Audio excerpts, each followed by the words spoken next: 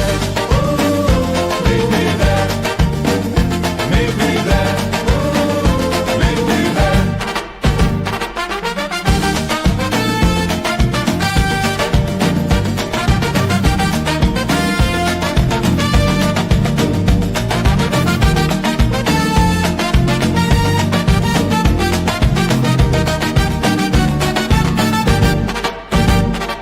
The conga line's growing, it's out of control. Nick's dancing awkward, but he's got soul. Steve's on the mic with a legal rhyme. This Miami bar is a moment in time.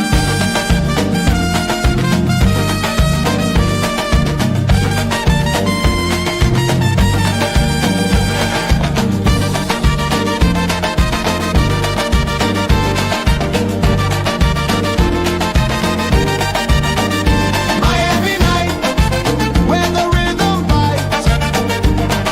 Coconuts crack under moonlit lights. Friends all around, raising drinks in the air. Meet me there. Meet me there. Meet me there. Meet me there. Meet me there. Great. Hi, Steve. Hi. Hi, how are you, Nick? Good to see you. Good to see you. I'm doing well, I must say. Oh, Mr. Jingles is here as well. Hello, Aw. Mr. Jingles. I don't know if you heard about my little cat. No. Well, I had a cat visitor. We had in Miami here, and I heard this meowing. He's out in the back, and I was trying to investigate, real loud meowing, and I finally got some little meat and figured kind of the area, and then he came out, and I left it on this wall, and the cat came out, and I saw his little kitten, and so I kept feeding it. He was so hungry, and then I got him feed down to my hand. First, very skittish. And then he got to be my buddy, and he kind of moved in. I bought him a little house and outdoor cat, and I had him scheduled for a meeting. And I named him Alycat. Yeah. But he disappeared. I think he got picked up by the animal control, and I don't know what happened. My heart was broken. I got to say, I was really attached to him. He was such a cute kitty. I hope he got adopted, but I don't know. Always hope. Always hope. I know, but anyway, so I love cats. Yeah, I mean, I'm originally not a cat person, more of a dog person. But then the story about Mr. Jingles and Buster. They were found at an abandoned barn about 10 years ago now, and a friend of mine took them in. Then he had to move and couldn't take them with him, so I took them in. And, I know, that's what they're great, and they kind of adopt you. And I got Alycat, so he would lay in my arms, and I could pet him on his pet belly and his back, and he is just so full of love. And I just really, I don't know. I've got to do a wrap up stream. I was trying to find him, and I saw that the Pound has this thing where they show found kitties, and it looked like him, and it was around the time that he disappeared. And I got the number. He had a number, animal number, but then he just wasn't on there anymore. And I'm like, well, what happened? So I'm thinking he was such a good cat. He was a beautiful cat. I'm thinking maybe somebody just adopted him right off. That's what I hope. So what else is going on in the Nick Starro world? You've been covering all kinds of stuff, aren't you? Oh yeah, I've been busy. Still with the Delphi case 2 years later. The Adelson case out of Florida, up in Tallahassee, which I covered the Charlie Adelson trial, and now the Donna Adelson trial. And how's that looking? It's interesting because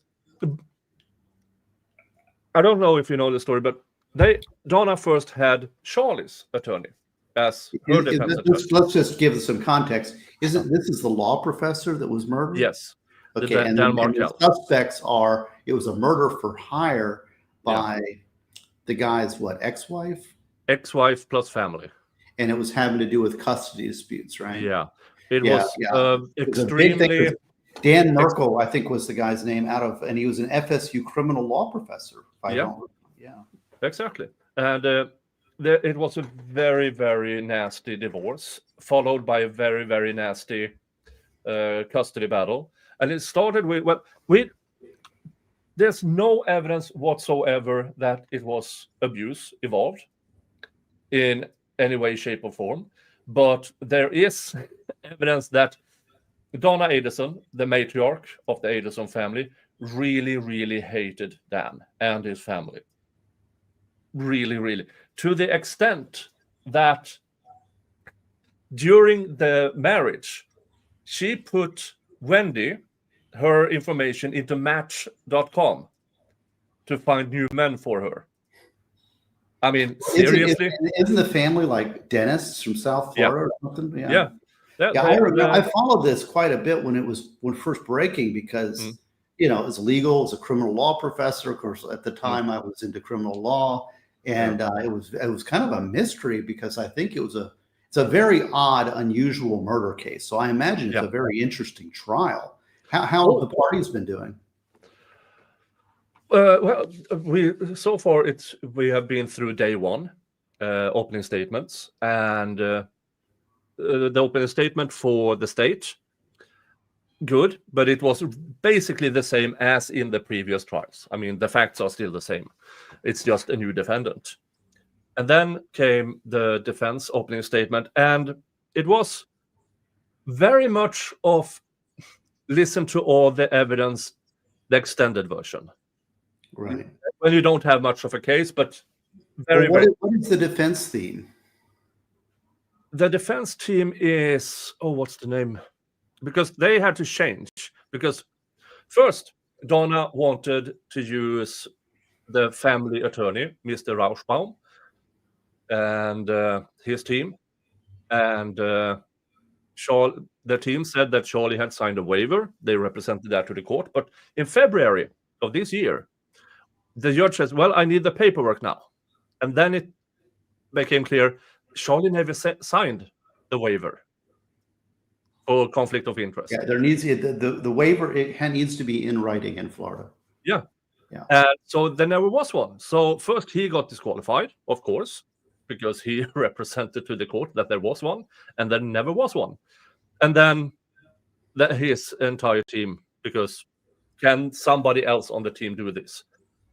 And the judge decided, no, sorry, Donna, you need a new set of attorneys. So she got a new set of attorneys. And they have been more successful in the pre-trial motions, getting stuff out. The defense team has been. Yeah. So generally, in a murder trial, the judges tend to lean towards the defense, as they should. A good judge should do that pre-trial. To narrow the evidence, to err on the side of what I'd say conservatism towards protecting citizens' rights, because the state has a high burden; it's beyond a reasonable doubt. So the evidence that comes in should be clean, legal, and of a high standard, right? So I respect a judge who, listens to those motions and grants defense motions when appropriate. So that sounds to me like you've got a decent judge, at least pre-trial. Yeah. How's he been doing in the trial? In the trial, he's been doing good. I mean, after lunch, the defense attorneys wanted to, because there is a lot of emails, text messages, and everything.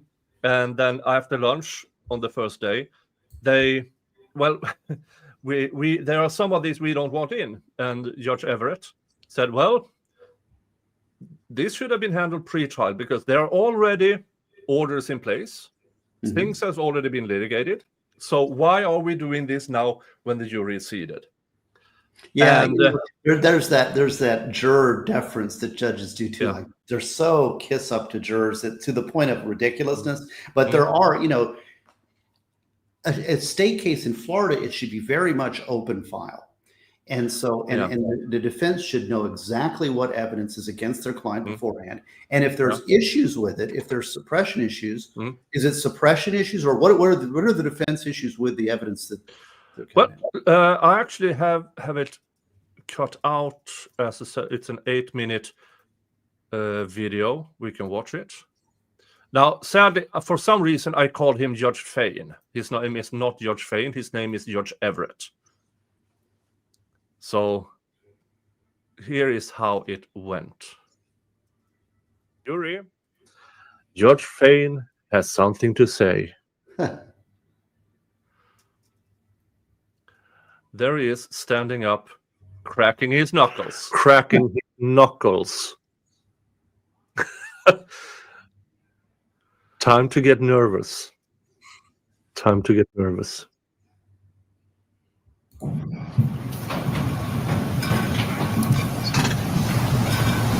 Please be seated. What's that? You can step down, Mr. Rice. Please step outside the courtroom. This judge has total control over his courtroom. He's a big guy. Judge Fain is a Everett. big dude. And he's not sitting down for this. He keeps standing.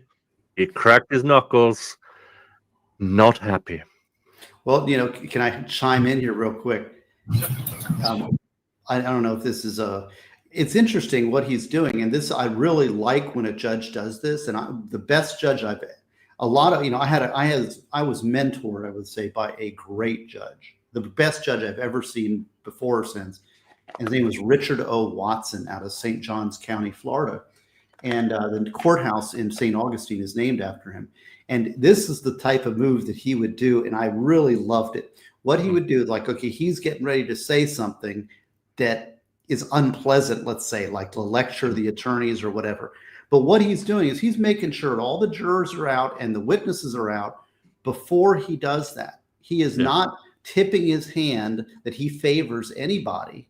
Mm-hmm. He is instead clearing the courtroom, and then he's going to make his, he's upset about something or he's unhappy about something, but he's not going to show that in front of the jury or witnesses, that is a top level move as far as I'm concerned. So already I like the judge. I mean, I don't know how he's been generally, but that's a very professional move. He's not up there, you see these judges, they're like making noise and they scold and they're doing it in front of the jury, in front of witnesses, and it's not very judicious. So this is a good move by this judge.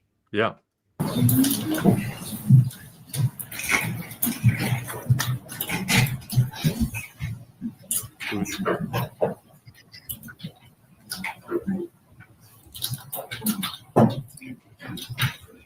All right. At this point, I'm nearing becoming inclined to send the jurors home for the day, as we are wasting a significant amount of time on matters that were either previously litigated or now are still being challenged for reasons that could have been handled out of court. Mr. Zellman, for any item that is being objected to with State 60 that you are claiming has no tie to your client's communications, you need to look for that binder now. Judge, part of the objection that we're making concerning that is without laying the foundation through a witness with personal knowledge, there is no tie to my client. Anything, and specifically anything post-dissolution, so post July 31st, 2013 that's in here, there's no evidence. I heard this argument. Yes. It hasn't been ruled upon at this point. Yeah, well, one of the things here, so what they're talking about is predicates. Now, this is an interesting topic, and this is, I'd be interested to hear what the state says in it. So what this means is, okay, so they're going to, I assume this is the first day of trial, right? And this is your first witness. And the first witness, you got to start somewhere. And usually you start with your best witness and you end with your second best witness. And then you fill it up in the middle with all the kind of predicate stuff. And, there's an order of witnesses that allow you to tell a story in a trial. So that's a very important decision for a prosecutor. The problem with that is that your first witness is going to be talking about the whole case, and it's a complicated case. And what evidence comes in, they're going to be talking about evidence that's not yet been introduced. And so the defense is going to say, well, that evidence doesn't have the proper predicate. What the defense wants you to do is disrupt that narrative and that story by having you lay all the predicates first and then put in here. So you don't put on your best witness first, okay? Now, here's the thing. The state can say, we will wrap this up later. This evidence will be tied into the defendant through a witness that's to come. They can make that commitment to the court. And the court can say, I'm going to overrule your predicate objection based on the state's representation. But the state better damn well be sure that they actually do tie it up.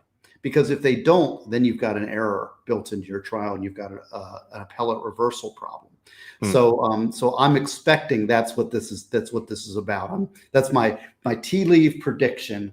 So I'd be interested to hear what the state, how they're going to come back. But let's hear it. If the state has multiple witnesses that the foundation can be laid through, your objection will be noted for the record, but we are going to move on. If you need to look through this binder to match it up with specific communications in which you believe no foundation can be laid, you'll need to take the time. But as far as wasting the jurors' time on this any further today, what else does a defense need to look through concerning these exhibits? Jesus Christ! You should be shitting yourself now, counsel.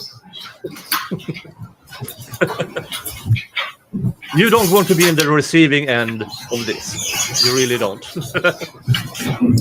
Yeah. As I previously said, Judge Fain does not fuck around. Judge Everett. And he does not appreciate being fucked with. No games, no nothing. You could have done this motion. Let's do it in the morning. Let's tell the jury to come in later. Yeah.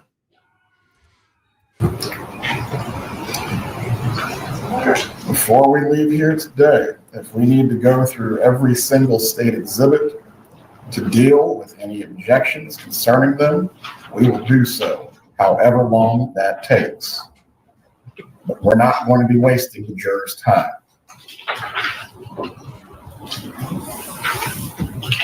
Now he sits down. For the record, I want that chair. I want that chair. Yeah. I want that chair so bad. Just slowly. That is Donna Adelson, the matriarch. Yeah, this is not the jovial, wisecracking fellow from yesterday. No, it is not. Oh. Yeah. Now, this is up in Tallahassee. I'm going down to Miami. I don't have the time to go up there to this courtroom this time, but I really want to go up there and see him in person. Judge Daddy protecting his jurors. Is he Judge Daddy now?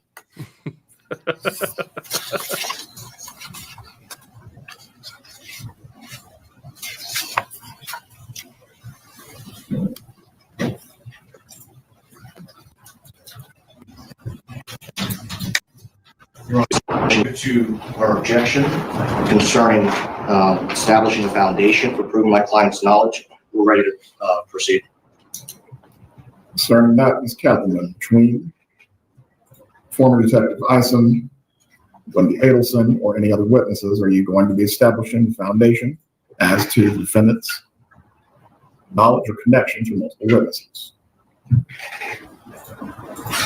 May I have a moment, please? Go ahead. Oh, I didn't like that answer. That should have been a yes. If it's I'm not sure, that's dangerous. I had not planned to do that. I provided this exhibit to the defense. I have not heard anything about an objection, so I have not planned to ask this go through every single piece of paper with this witness.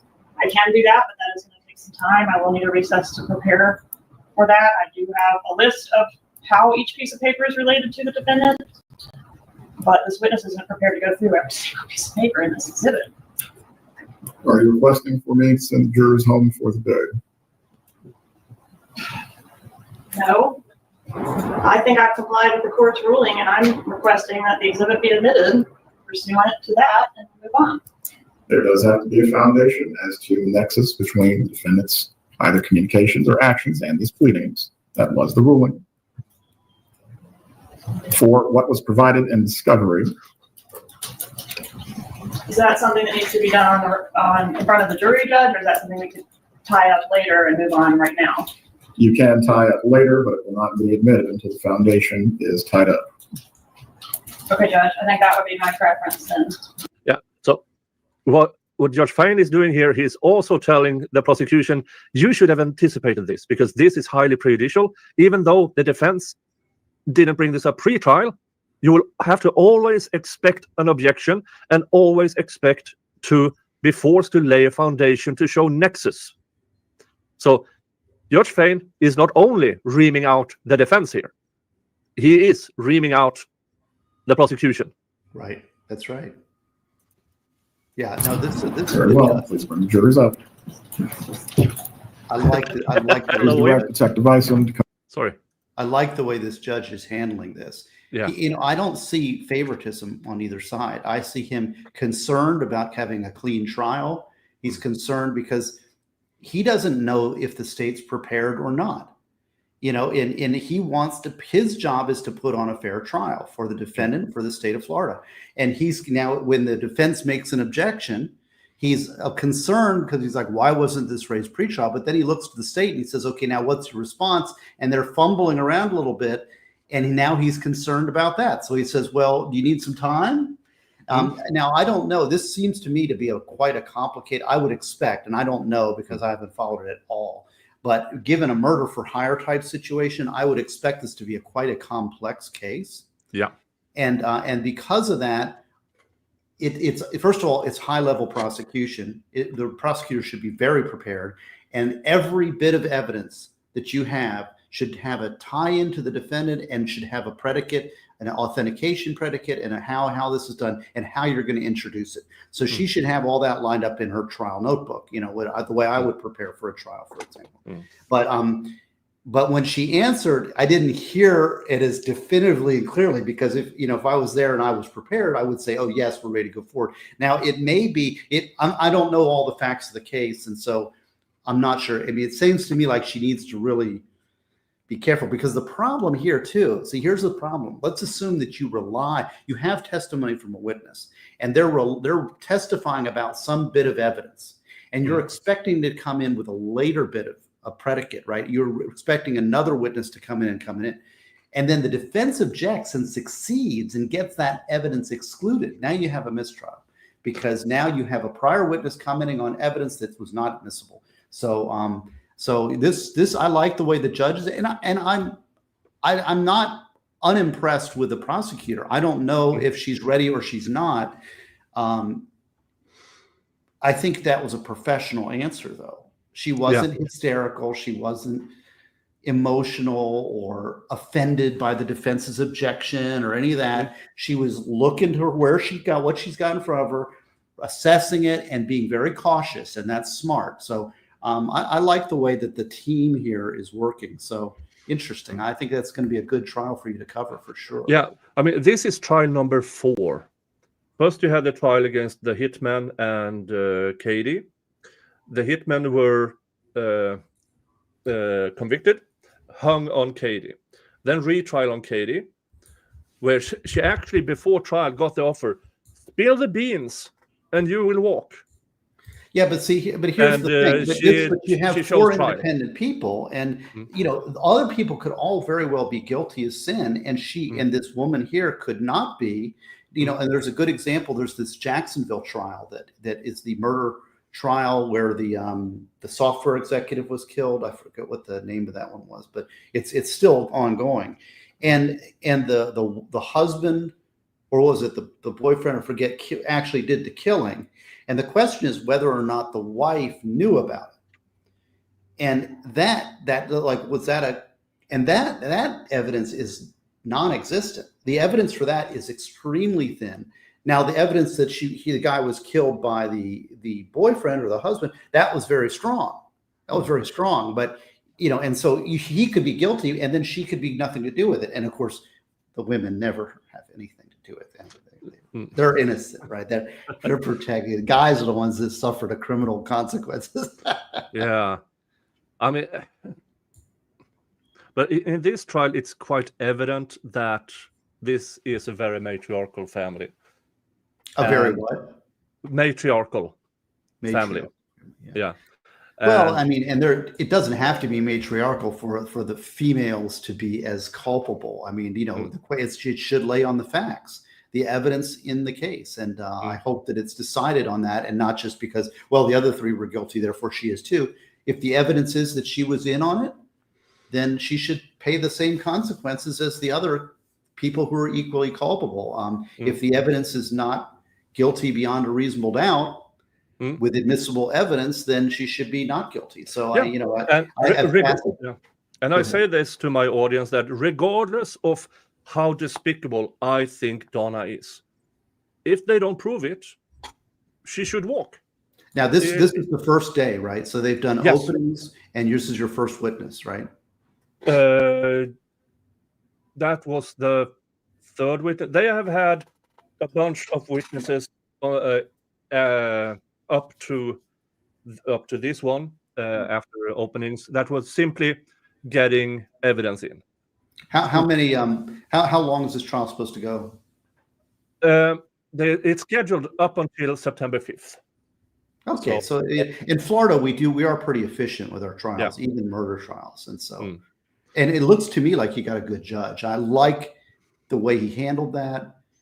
And I'm just jumping in here and looking at these people, but it's interesting. Well, and the system shouldn't be about the lawyers and the judge. They shouldn't be, this is the way it should be handled, so that it's efficient and the jury is focused on the issues before the case and not getting all wrapped up in personalities or lawyers or judges or any of that stuff. Those people should not have an impact on the outcome of the case, really. I mean, it should be focused on the evidence. Yeah. Now, in this case, Wendy, who was married to Dan, she has testified in the previous. She has the stay immunity she can't be. They can't use what she's saying in court against her. And Wendy is who? That's the wife of Dan. Ex-wife or ex-wife. So she doesn't. She's not serving prison sentence. No, they haven't gotten to her yet. Okay, but she's got to deal with the state. Yeah, she got to deal with the state to testify. What is that deal? To just talk about what she knows, as if she more or less was sidelined. Just talk about what she knows. And she's throwing her mom and dad under the No, not if she can't help it. But here's the kicker: she's been testifying in the previous trials under immunity. Now, in this trial, all of a sudden, with this new set of attorneys, Mom is throwing Wendy under the bus. The person who actually had a reason is Wendy, who testifies for the state under immunity. So the defense here is going, Donna had nothing to do with it. Sheku actually had a reason, because it's a custody battle where the last thing that happened before Dan was killed was he won a few significant motions in the custody battle. They had 50-50, but it was still a custody battle because Wendy wanted the kids down to Miami. The last one filed was Dan saying that Donna, the mother, should only have supervised visitations with the kids. Well, this is a motivation for murder, and people don't realize that most murders have a primal appeal. There's usually, very rarely is it murder for money. And when you're talking about families, interfamily murder is very common. That's probably the number one reason, that and street respect issues and territoriality issues. But the other one is when you have the people within families, those people are close to you and they matter more than anything. When you're talking about custody disputes and children, that's the highest level of emotion. That's where you really care, right? That's what. Why would I care about this guy? Well, there you go. And so that does fit what I would say was probably some of the more common motives. And Donna, in an email, offered Dan $1 million to give up custody, and he just nope, not going to happen. And that's, I understand. It's something. Well, that's interesting. I'm sure this is going to be a very good trial. You followed the other trials too, right? Yeah, I followed Charlie's trial. which was, I mean, the facts are still the same. It's just how it's presented by the prosecution. So when in their opening statement, it was almost identical. They just changed Charlie to Right, and Donna. you have kind of go to both defense and the state have kind of go to the well openings and closing themes. You want to theme it, and in fact, one of my articles I wrote, which is in Ideas and Answers in Law, but it's also on SSRN. It's called it's about closing arguments for prosecutors and ethical prosecutorial closing arguments. But in that, I have a whole framework on how openings and closings and about how a good prosecutor should present a case in Florida. I'm a Florida lawyer, so I speak to Florida, but I think it goes nationwide. But that first chapter is how it should be done correctly. And you theme it and you lay out the facts in a very objective way.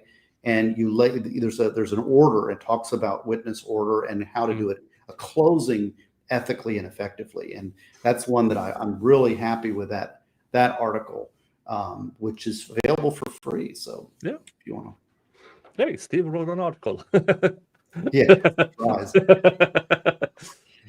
Yeah, but what's different with this trial is it's a new set of attorneys that has zero.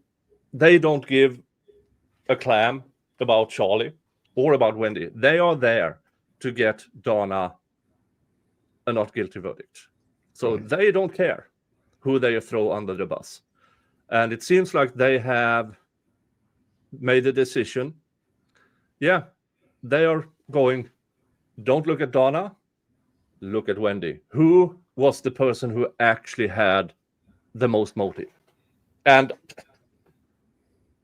I don't know if it will be successful, but we are now from the hitman to Kate, who was the facilitator between the money and the hitman. We have Charlie, who paid for the hit. And now all of a sudden we have Donna. So now we are one step removed from the more active participants in this. So this is a conspiracy.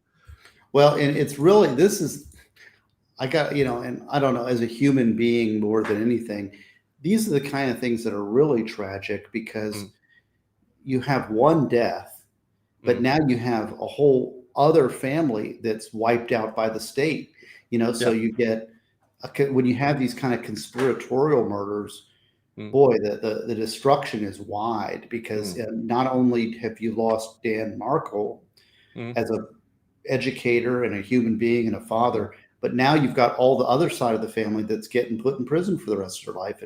And how many people is that going to take down? 3, 4, 5? I mean, I don't know, but it's a tragedy across the board. And, criminal law is somebody does something really evil and the state does something evil back to them. So, and in the middle of this, you have the kids. They were 3 and 4 at the time. Now they are 14 and 15.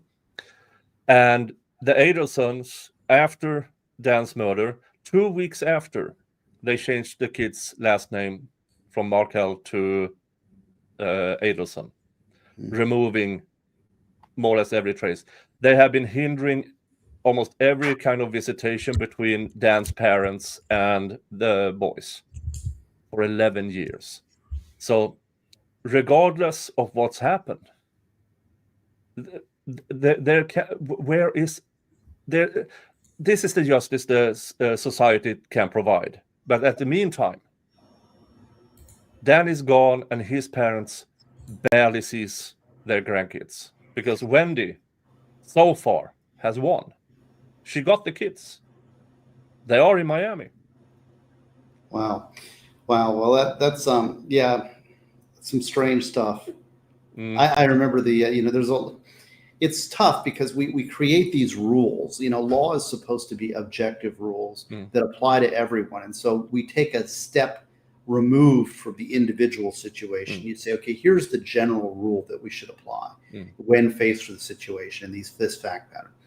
But it doesn't always result in justice. The world is complicated. And I remember the Elian Gonzalez case here in Miami, which was when this Cuban kid, his parents died on the way over. And then I don't know if you remember that, and then Janet Reno took the kid out at the point of a barrel and sent him back to Cuba and back to basic, and that was a big cause celeb in Miami. It's like, okay, well, the father wants the child back in Cuba. Well, he doesn't have the freedom. That was Castro and the Castro regime that was puppeting the father for propaganda purposes, right? Yeah. The guy is not free. Why don't we bring the father to the United States and he can father the kid here, right? And the Elian Gonzalez had a family here in Miami who wanted to retain custody. But then, of course, when custody laws came down, the general rule is the father or the mother should have the custody of the child. And it's very tough because now you're sending this kid back to slavery and tyranny, and that's not a good outcome. So that was a big issue. I remember when Janet Reno and her thugs took the kid off by a very famous picture. I don't know where they were hiding in the closet with the kid, and the guy's got the machine gun pointed at the family, the little kid in the closet. I don't know. You don't remember that, the Elian Gonzalez case? No, I mean, that is Elian Gonzalez. This is 20 years ago. Yeah. 25 years ago. Yeah. Oh, I have the picture here. Yeah. Not a very good picture for the American police forces, I'll say. But it was not a popular decision by the Cuban community here because there's a little kid. And of course, the kid went back and grew up and became a propaganda tool for the communist regime in Cuba, just like they expected. Yeah. This is crazy. I mean, we've got this big state issue. I don't know. I mean, that was a very tough case. But what I'm saying is that what may be true generally and may be the right thing generally doesn't always come true singularly, right? Yeah. And in this particular case, when everything is said and done, there will be absolutely no winners. I mean, Dan is still gone. Most of the Adelson family is in prison. And then all of a sudden you have two boys in their mid-teens. Okay, what now?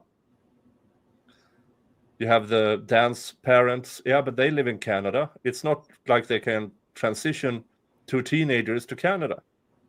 Well, tell me about it. So you're going to come to Miami. So we're going to let's talk about those things instead.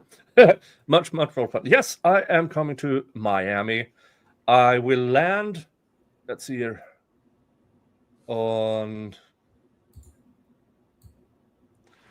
see here. I will land in.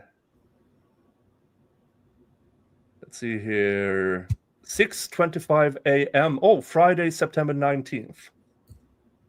So I will take off evening of the 18th from Salt Lake City, and I will land September 19th at 6:25 a.m.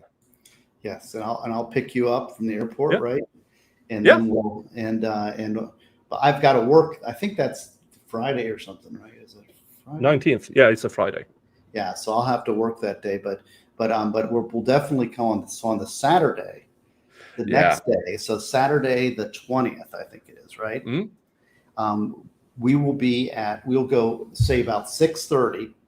We will be at Julian Henry's in downtown Miami. If everybody, and I thought about like, where should we go and hang out?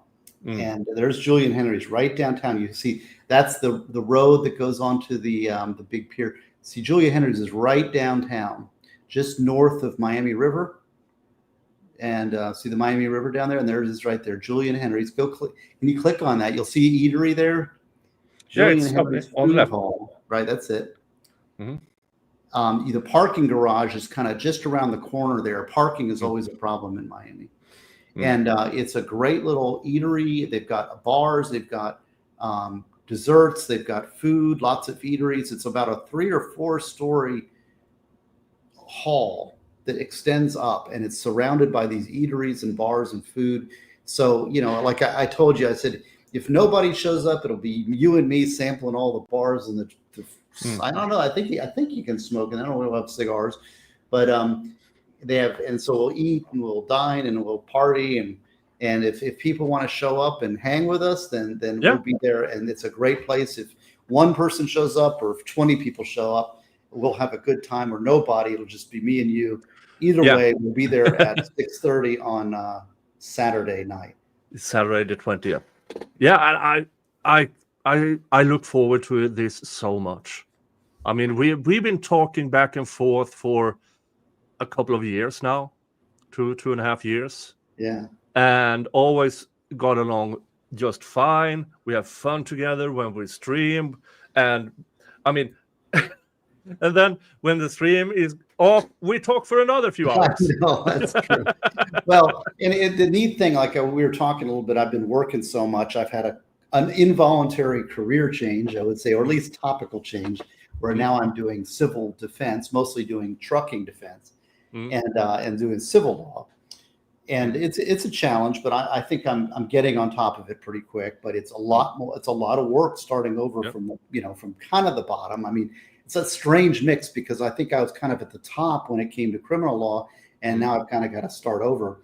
But given that, I haven't had a lot of time to stream or socialize or anything else.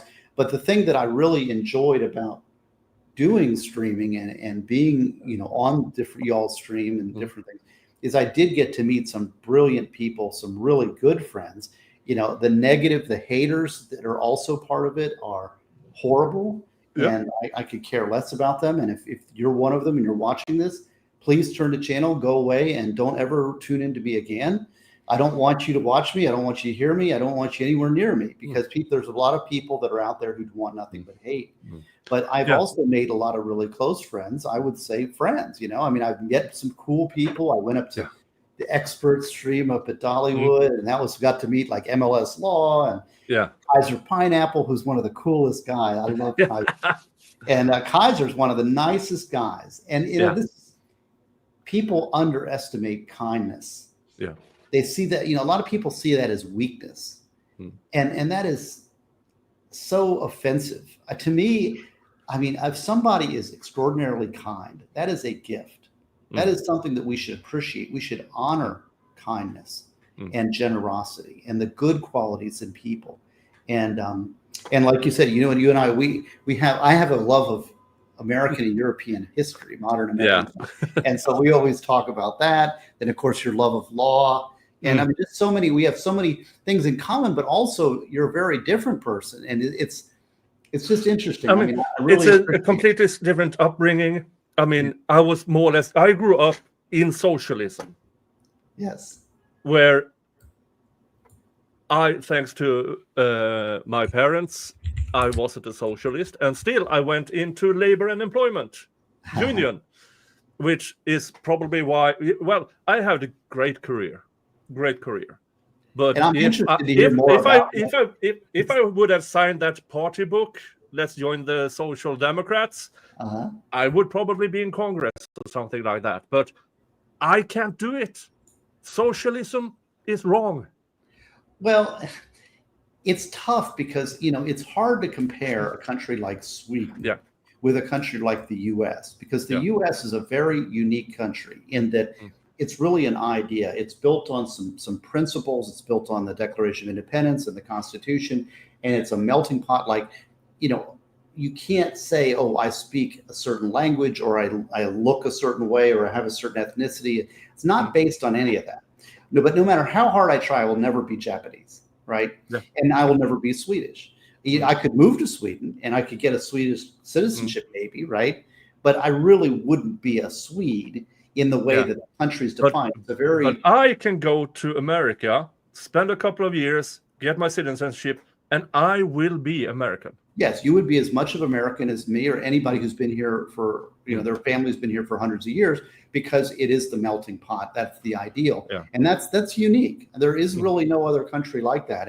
And so when you're talking about, I want to be fair to the socialists, right? To say that a governmental system or a system that may work in Sweden may not work in the United States and vice versa. And a lot of people look to the Scandinavian countries and their healthcare systems, for example, and they say, well, that's the model healthcare system. Whether it is or isn't, I'm not arguing, but I'm just saying that it may actually work in a country that is more unified as a country, as opposed to America. It wouldn't work at all because there's so many people that come here. But I mean, Sweden, we have a population of Los Angeles. 8 to 10 million people, something of the sort. We are approaching 10 million people. I have no idea. Sweden? Yeah. Okay, I'm looking this up. I'm gonna Google this. Okay, what is it? Yeah, 10.57 million. Okay, so that's basically the population of Metro Miami. Yeah. So us having a centralized healthcare system, it's like Metro Miami having a centralized. Right. I mean, you can't compare with a country like ours or the Metro Miami of Scandinavia, with what can we be? 25 million combined. We're 6.5 million for the Metro Miami area. So yeah, and so you compare, like, basically Sweden is Miami, a little bit bigger, and so if something that works for Miami doesn't work for New York, or doesn't work for Charleston, West Virginia, or Denver, Colorado, or north in Salt Lake City. I mean, we have such a vast continent, and it's to say we're going to do something nationally like that, it just doesn't work. So anyway, but it's neat to have the political discussion. We're going to have a lot of talks like this when you come by. Yeah, and we also we talked a few months ago in around Halloween about the Norwegian satanic murders, the black metal murders. Norwegian what? Yeah, Norwegian black metal murders. Oh, black metal? Yeah. Yes. Well, I'm not a fan of black metal. I mean, that's like, to me, it's like, I'm a metalhead. I love thrash metal. I like heavy metal. But, when you start adding these things, and just as much as like, first of all, I'm a Christian, and it's anti-Christian. So why should I support that? But it's also puts the evil ahead of the music. Just same thing with like white metal. I would prefer white metal, which is Christian metal. But again, you're putting the faith or whatever ahead of the music. And to me, you can celebrate God through your music by doing the best music you can possibly do. So why have the modifier? It's kind of like the modifier would say, well, I'm a Swedish American. No, you're an American. If you're an American, you're American, right? Or if you're, an Afro-American or a white American, all these hyphenated Americans, to me, that's a divisive thing. And I like to judge people by the content of their character. Hey, you got a super chat. Well, okay, I got a super chat? Yeah. Oh, really? Oh, that's nice. Let me see. Hold on a second. Where did that come? What's it say? Scorpion 142, $20 super. Why, thank you. Love y'all both. Started my path to becoming a public defender this week. Wow, look at that. Nice. Congratulations. Well, congratulations. Advocate for your clients and get your trials in. I'd be happy to give you as much guidance as I can. It's a great path. It's a great way to get a lot of trials. It can be a career. Maybe my situation's unique. I don't know, but don't ever forget yourself and your self-interest, because I was a 20-year public servant. And when it became politically inconvenient for me to be around, I was given the heave-ho. So you ultimately, and I landed on my feet because I have skills, but not everybody does. I mean, you be careful of your own career. Always be attentive to your own career and make sure you're doing what's right for you and your family. And because I'm very public service minded, and it's part of who I am.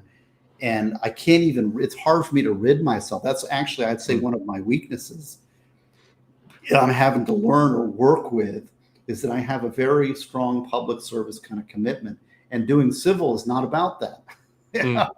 Yeah. But, and I agree. I mean, my path was that because I'm originally food tech. I was going into food engineering. Food? And really? I didn't know that. Yeah. But then I got caught up in the union, and the union paid for my law degree. Right. And since then, I've been doing what I do. And most people, I don't know. The thing is that I don't know. I mean, is it wrong that I wrote books? we're living in a strange society. You know, America's, and I don't know if it's the Western civilization generally, America, or I mean, I think there's a sickness within Western civilization. And it's coming from the left. In my opinion, it's coming from the hard left. And it really goes back to an observation that, you know, there's this statement about no enemies on the left. And Jordan Peterson talked about this a few years ago. And I think it's a good observation, is that conservatives and people on the right are very good about drawing boundaries. We're good at drawing lines and saying, okay, this person's in and this person's out, right? And so it's like, okay, well, if you're neo-Nazi or you're a racist or whatever, I don't want you in my party. You can do it. The left is more open. They're driven by openness generally. And that personality trait, it wants acceptance. And so they tend to not be able to draw those lines. And therefore, they can always get outflanked by somebody left. So if you say, for example, well, I'm for feeding all the children. Okay, well, that's a good idea. I accept that because I want all children to be fed. And then, but I can always outflank you. I can say, yes, but I want single mothers to be fed also. So I'm more moral than you because I want single mothers and children. Well, then there's, oh, well, okay, I agree with that. Well, then somebody else comes along and says, no, but I want all families. I want everybody. I want free food for everybody. Well, so I'm more moral than you because you want to cut people out. Okay, well, okay, we concede that. Then all of it. Well, what about housing? What about healthcare? You know, there's no limit to how far you can go until you result in full communism. It's hard for the leftists or the people on that side of the aisle, I'd say, to draw a line, a stopping point. Because what is the natural, rational stopping point? Steve Hayward, who's a very good conservative thinker in America, I don't know if you're familiar with him, but I've interviewed him a couple times, and he's a brilliant thinker. And he wrote a little statement on the back of Ideas and Laws for me. And he has that concept too, is that there's no natural stopping point. When you start buying into that government solution to problems, there's no natural stopping point on the left, and they're having trouble. And so it's really important that people that are on, because the left is a creative force, a destructive but creative force that has a need. We need to have a vital and healthy left. But right now it's completely demented and insane.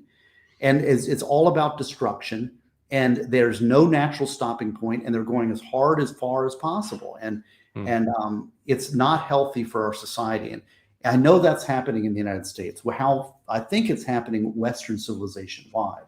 Anyway, I don't know. I got off on a rant. Now you got another one because people like you more than me.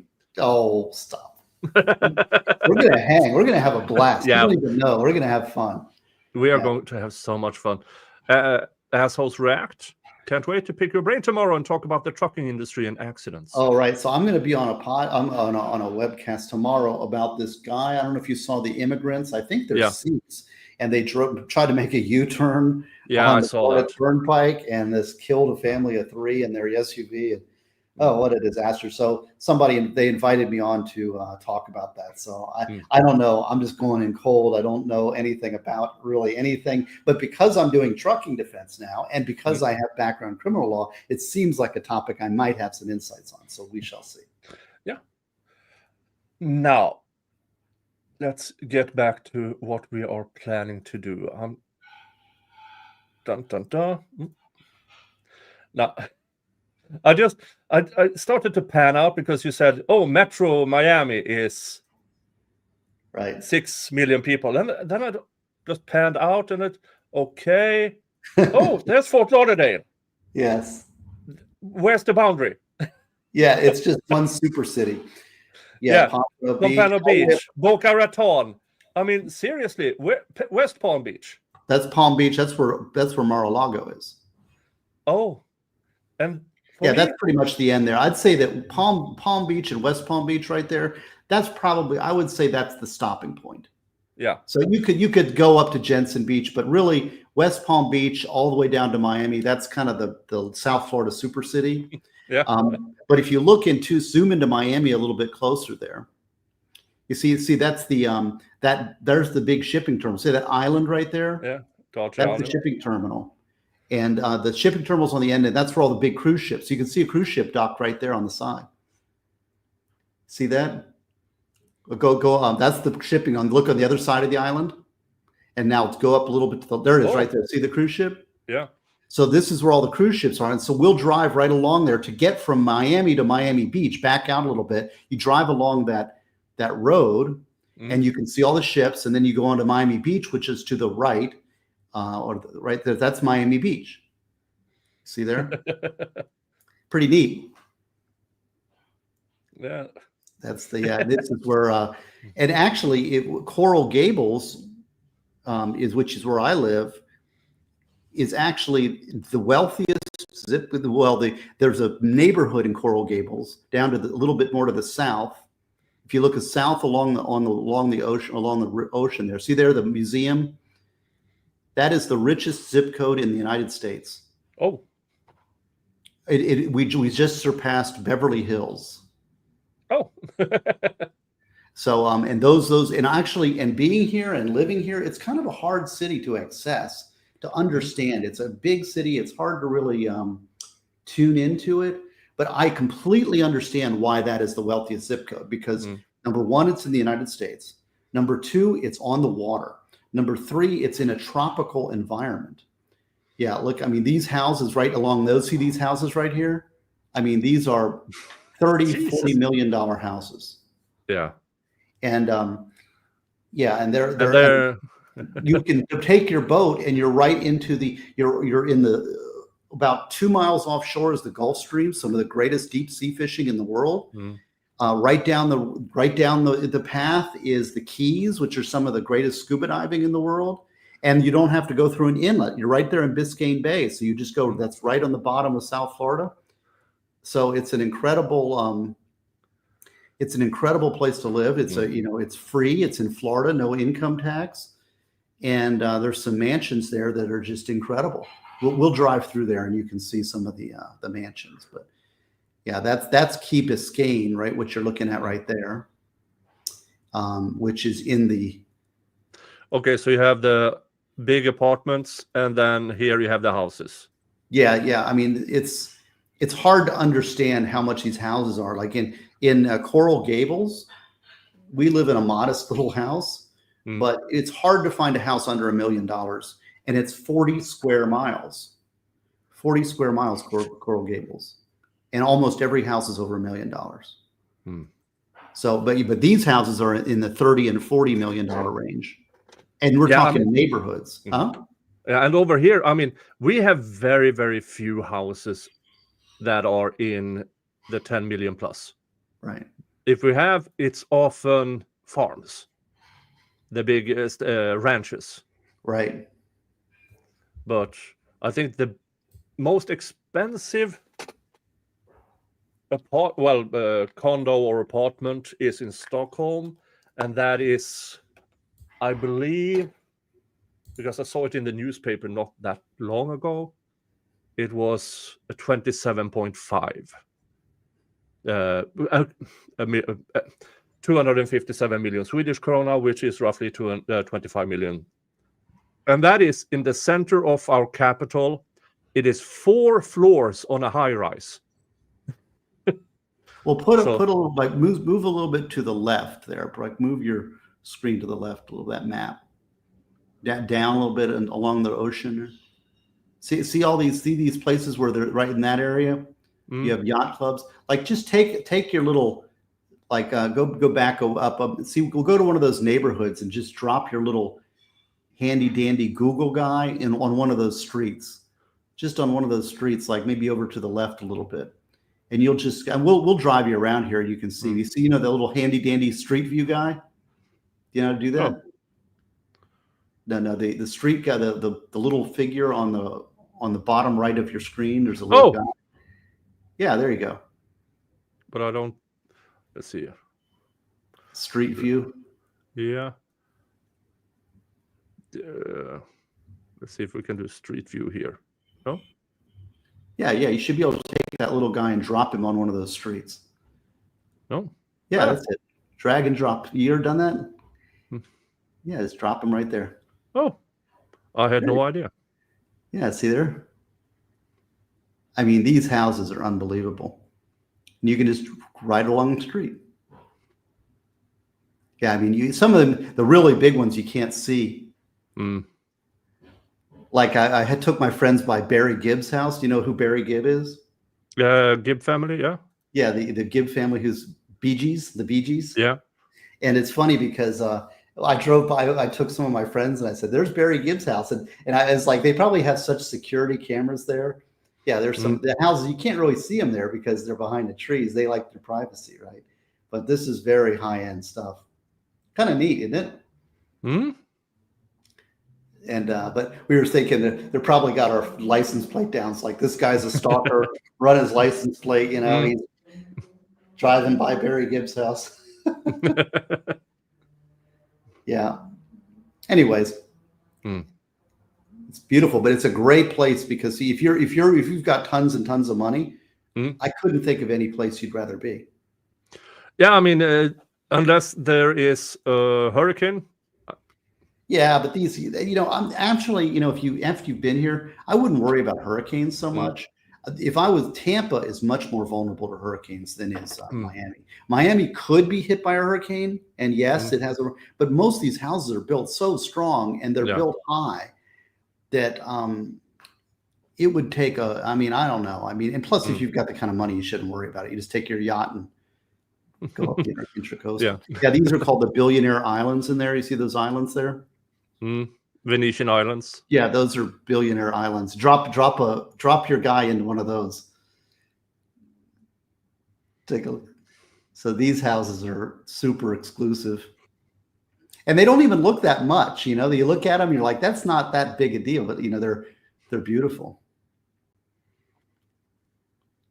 I mean, the little bungalows. Beautiful. They're cute. And there we have under construction. Right. Isn't that neat? Yeah. Yeah, these are the islands where all the, like, you know, what do they call it? Tom Brady, you know, the Wayne Huizenga, the owner of the Miami Dolphins, owns the, you know, the multi-billionaires. I mean, everything here, I assume, is gated. Yes, these islands are all gated. Yeah. And then if you go onto the Miami Beach, go to the right there, and you'll go to the Miami Beach. See there, this is where the Versace mansion is. See, you probably see it right there. And this road along the way, this is where Miami Vice was filmed. A lot of on the beach is what typically people, that road right there, where all the Art Deco buildings are. Those are condos at the point there. But if you go up a little bit, right along the beach that way, all these are beautiful Art Deco buildings. And Miami see that road right there? Drop your little guy right there. That's a big tourist area. That's where all the tourists congregate. That next one over, one more over to the left. Yeah, there. Okay, so this is this is the main drag along Miami, in the Miami Beach, and all these are restaurants and bars, and the Birdcage was filmed here, and all of these are Art Deco buildings. We'll drive down this road when we show you around. Yeah, nice. Yeah, it's really beautiful, really beautiful. Now, we were talking about visiting Cuban quarters. Yeah, that's on 8th Street. So if you go back, all right, see the go to the left. They call that Calle Ocho. Okay, right down, right. Your is right over it. Yeah, that's it. So that's Little Havana right there. It's really centered around between Flagler and 8th Street there. It's not really that impressive, I gotta say, but the culture is here, and you've got some. Oh yeah, I go to that. That's where I get my car washed and oil changed. Oh. not there. Next one over, a little further to the left. There, see that place? That's a great place. Car wash and oil change. Oh. No, but it's not so much, there's not buildings or anything that jumps out at you, but the restaurants and the people are wonderful. The Hispanic culture here is very strong. There's a lot of great restaurants. And when you're here, there's a feel, it's just different from America. I mean, it's a really, Miami-Dade County, it's a separate culture. You know, people don't understand how different it is from, you know, these houses are okay, but they're very expensive, but they're not, you know, spectacular houses. They're I very mean, they're nice little bungalows. I mean, yeah, but these houses are probably 700,000 maybe a piece. hey, it's almost affordable. But the neat thing is the restaurants and the food and the culture and the people, and the Catholic Church is very strong. There's a lot of good Catholic churches here. Let's see here. So that's a community. There's the design district, which we'll take you to, which, there's only a few design districts in the world. There's Paris, New York, Milan. What is the other big design districts? Yeah, these are all. So the big city part is, this is just. Oh, there's also Wynwood. This is not a. It's not there. There's a certain third world element here too. If you go to the upper right now, zoom in right there. That's to the little right. We're almost there. That's the design district, the Miami Design District. So this is where there's all very high-end shops like Rolex and Tiffany and Company and all these very high-end shopping, and it's a large area, multi streets, and that's fun to see. Yeah, I'm not a big fashion, but there aren't many fashion districts in the country, so that's one of them. Cars and guitars. Guitar place, yeah, that's a cool place. And then there's Wynwood, which is sort of a community that was kind of neglected for a while, but is now being gentrified. A lot of the young hipsters are coming in, and they paint all the graffiti on the walls, and it's a little funky, and it's more young and kind of young party people. So that's Wynwood is big. Yeah, and cigars. I've been looking for a good cigar. I think you might just have to come over to my house and we'll smoke cigars at my house. Yeah, I mean, I don't mind. Yeah. So let's see. Oh, City Cigar Lounge. Yeah, so I know the problem with cigar lounges, it's packed with people smoking cigars. And the problem with that, and I just don't want to breathe other people's cigar smoke. We'll sit outside and just smoke a cigar. But pretty neat. It's a big city, and it's packed.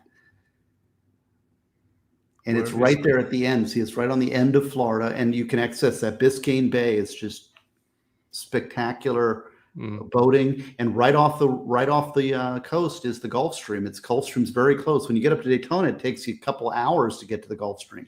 Here, it's just 10 minutes off the coast, and that's where all the good deep sea fishing is. All kinds of stuff there. Doral. Okay, if you look over to the left, see the airport there? See the airport? Sort of in the center of the city, right into the blue right there. That's the airport. See the big airport? So look to the left, and you'll see Trump's Doral facility. So this is where the PGA is going to come. Go back out a little bit, you'll see it.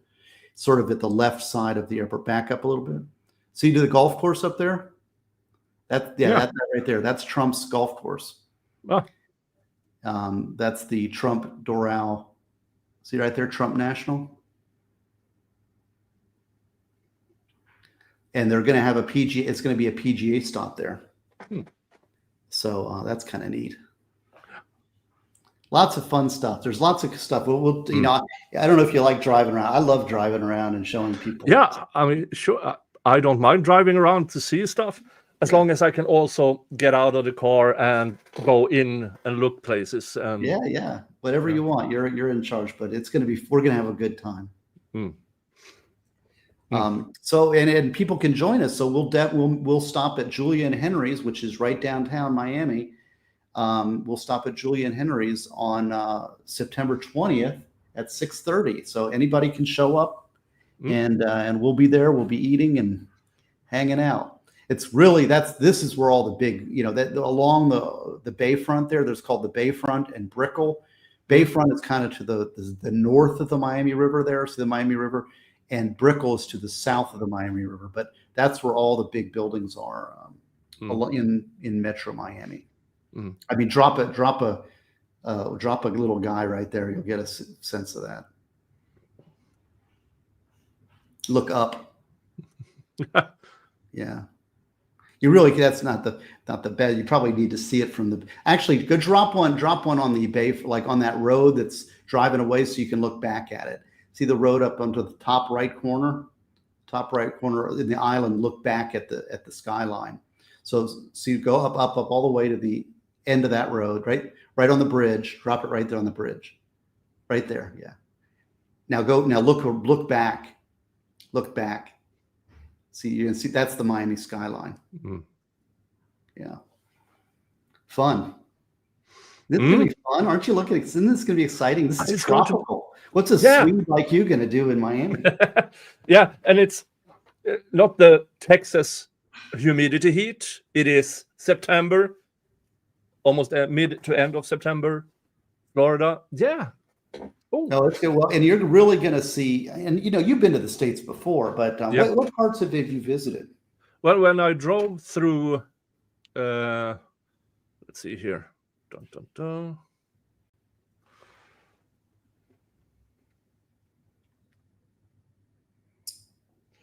We'll call magic. Yeah, if you can show. And Danielle, you're invited, of course.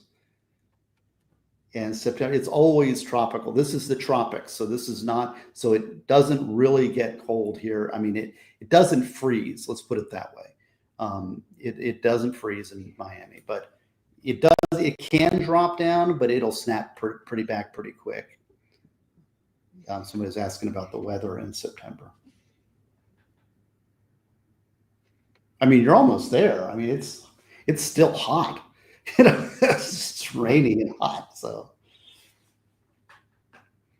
evenings. So let's see here. Let's show it. This is the route I took. Oh, okay. So you were in Houston, New Orleans, Atlanta, Chattanooga. Oh, that's exciting. And then you went to, let me see, where else is that? Delphi, outside. It's west of Indianapolis. Okay, and where did you end up there? Is that Detroit? Okay. Yeah. Well, that's interesting. So that's an interesting. You're really going to see different sides of the states. Yeah. Because Texas is its own world. New Orleans is its own world. Atlanta, Chattanooga, you're in the deep south there. And I'll be 2 weeks here, Salt Lake City. I will be right. in. Let's see here. Then I will be here in Logan. Now you say that's upcoming. You haven't been there yet. No, I haven't been there yet. Yes. Oh, Utah is beautiful. I think southern Utah. If you can get down to southern Utah, the national parks along the south are just one of the some of the most beautiful spots in the world. Right along here. So you've got national parks on the far right. On the far right is Moab. See if you can see that. Moab on the right hand side of Utah. And that is see Moab right there? Yeah, that's it. So right there is Arches National Park. Yeah. So you start there. That is the one of the places I'm actually going. Oh, so I will be in Logan. I mean, I will be meeting up with Dania Ahn and Connor, and then I will be in Logan because Jeff is buried in Logan. Right. And then I will head south. I rented a camper van. Excellent. Perfect. And I will say, as you know, I know that you're not somebody who's a big hiker, that you have a cane. Is that correct? Yeah, I use cane. Well, the Arches is a great national park for you then, because it's very accessible. You drive into it, and you can see lots of arches with very minimal hiking, very minimal. So as far as somebody who doesn't walk or hike a lot, Moab and Arches will be a great national park for you. So big one on that. Now, if you back up a little bit, there's multiple. So you go all the way from Moab all the way over to the other side is Bryce Canyon and what's the name of the Angel Point and Zion National Park on the kind of the southwest corner of Utah. See if you can see southwest corner of Utah is Zion. Can you see Zion National Park? Yeah, Zion National Park. That is one of the greatest national parks. Now, this one here, you can access it. You can drive through it. And it's a beautiful valley, and you can see it. But some of the stuff that the greatest stuff, you really have to struggle and hike, including a slot canyon river. And but you can. But that's beautiful, beautiful scenery there. And just to the right, just to the west, to the east of Zion is Bryce Canyon. If you can see Bryce Canyon National Park. Right up to you passed it to the left, Bryce Canyon, right, almost there. There it is. So that's Bryce Canyon. Take a look at that. Now you can see that from above. See some of the pictures there. This is a very famous spot. We hiked down in it. This was a very hard hike for us Florida Flatlanders. It's an 800-foot up and down, which was very difficult. But you can stay up on top and look down into the canyon, and it's spectacular. And now if you see to the right of that, going off, there's Grand Staircase, I think it's called. There's the Canyonlands National Park and one other national park. And those are just beautiful. Basically all of southern Utah is national parks, and they're all just wonderful to see. Some of the most beautiful areas, I think, in the whole country is right there in the south. Jan the Couchberry said they rode horses through Bryce Canyon. Yes. I'm going to have a really swell time. Actually, this is the van I'm renting. Look at you. Can you sleep in that? Yeah. Hold on. Really? Let me see. That's neat. Oh, wow. That's exciting. So it turns from this to this. Excellent. Excellent. Well, southern Utah, spectacular. And you're going to get to see Jeff's. You get cooking and fridge. You're going to hang out with Vice Baby, right? Yeah. Yeah, so, I mean, 12 days, that camper van can drive an average of 100 miles per day. So 1,200 miles for 12 days. I calculated in the top end 900. So what do you mean you can drive 100 miles a day? I can drive 100 miles in a Well, I can drive more, but that is what I booked it for. Because then I get a certain price if I drive up to 100 miles per day. Okay. Yeah. Well, that's easy. I mean, the distances here we're talking are very large. Yeah. Yeah. I mean, if people haven't misunderstand how big these areas are. Yeah. So, for instance, if we go back to this one, I'm going up to Logan to visit Jeff. Yeah. Do a distance from Logan to, say, Moab.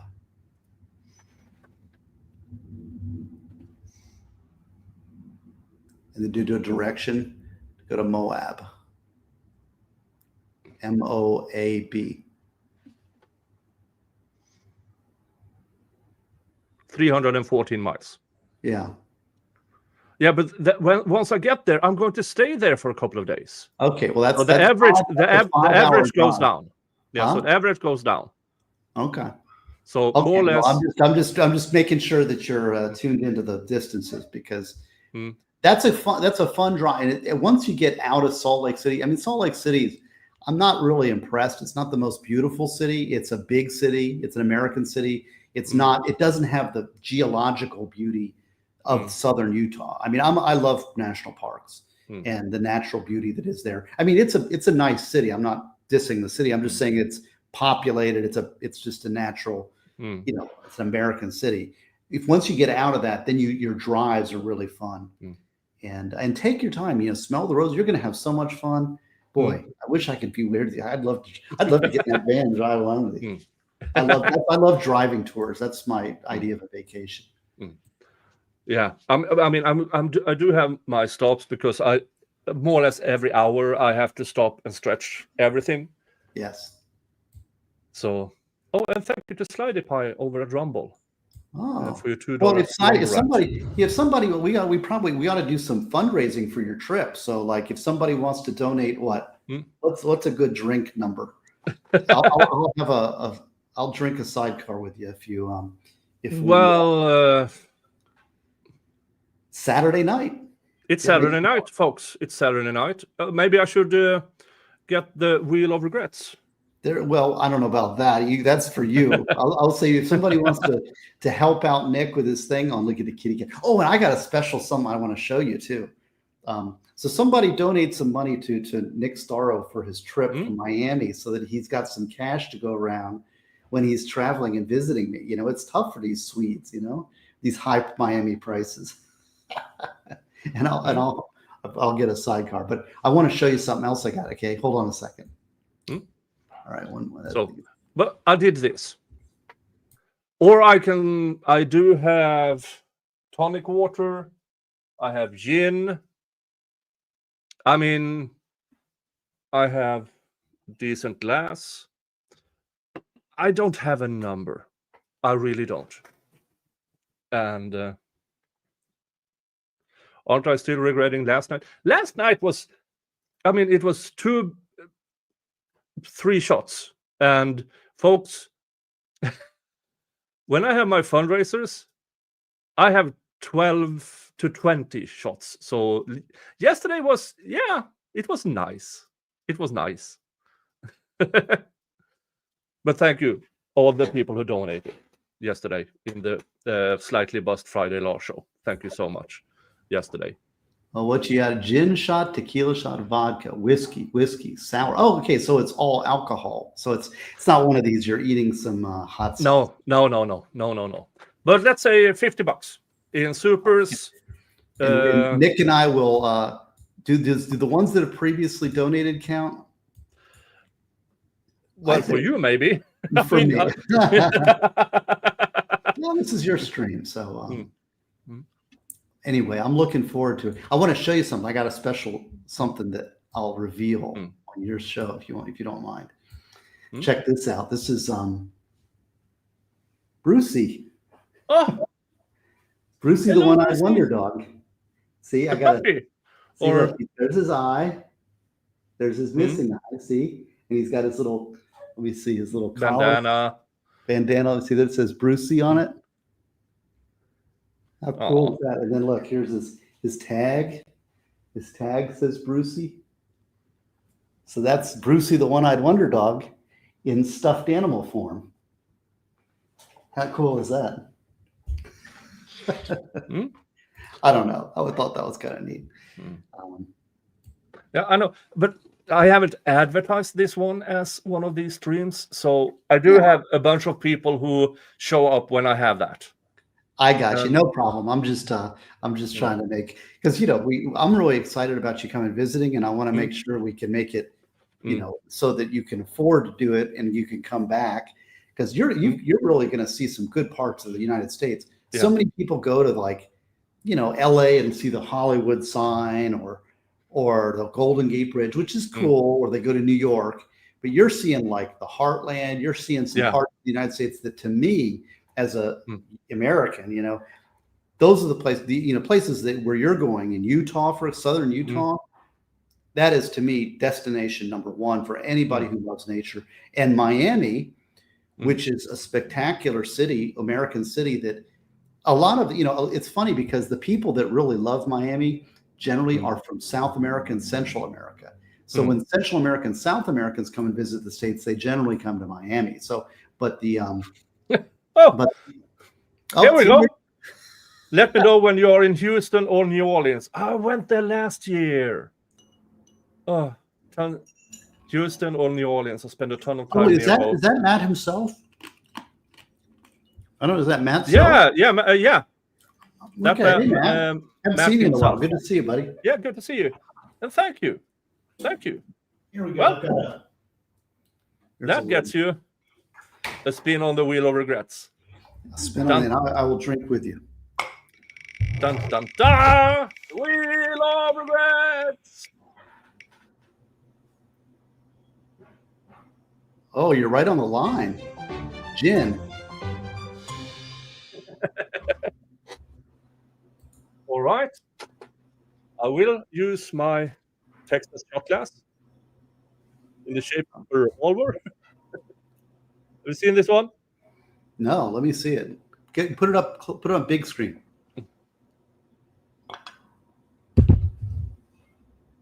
Oh, okay. Come and take it. And where's my genie? Well, Matt himself is a he does some streaming. He does like oil pipeline inspection. Isn't that what it is? I mean, it's a very interesting job, but he lives in that area and kind of goes all over. I haven't seen him in a while. Good to see you, buddy.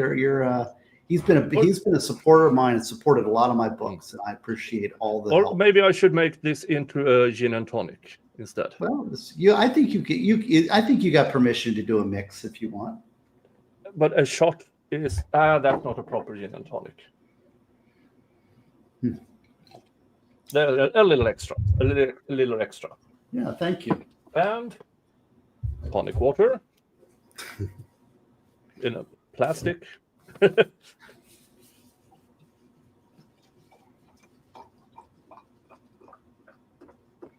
Yeah, Jen, I agree. You should take on. I've got a really big trip planned at the end of the year. So. Oh. Yeah. And thank you, Matthew. Thank you. Very kind. Matt himself, good man, big supporter of mine. I appreciate it, and I want to thank you for all the help you give getting all my books done, and that was, I had a little run there. So cheers, man. Cheers. God bless you. God bless you, Matt. God bless you, Nick. Can't wait to see you, and I hope people join us. Come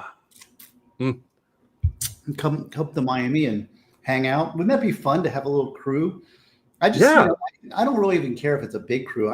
I met some really neat people. I did, like I said, doing some streaming. The one thing I really enjoy, the thing that has been a great reward, I guess it outweighs a lot of the suffering and punishment that I've been subjected to by this nasty media that we have.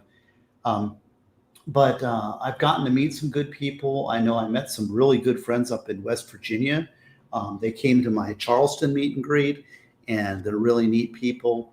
And West Virginia Mountain Mom, you might see her occasionally. When we did the Nick out in Las Vegas thing, you remember that?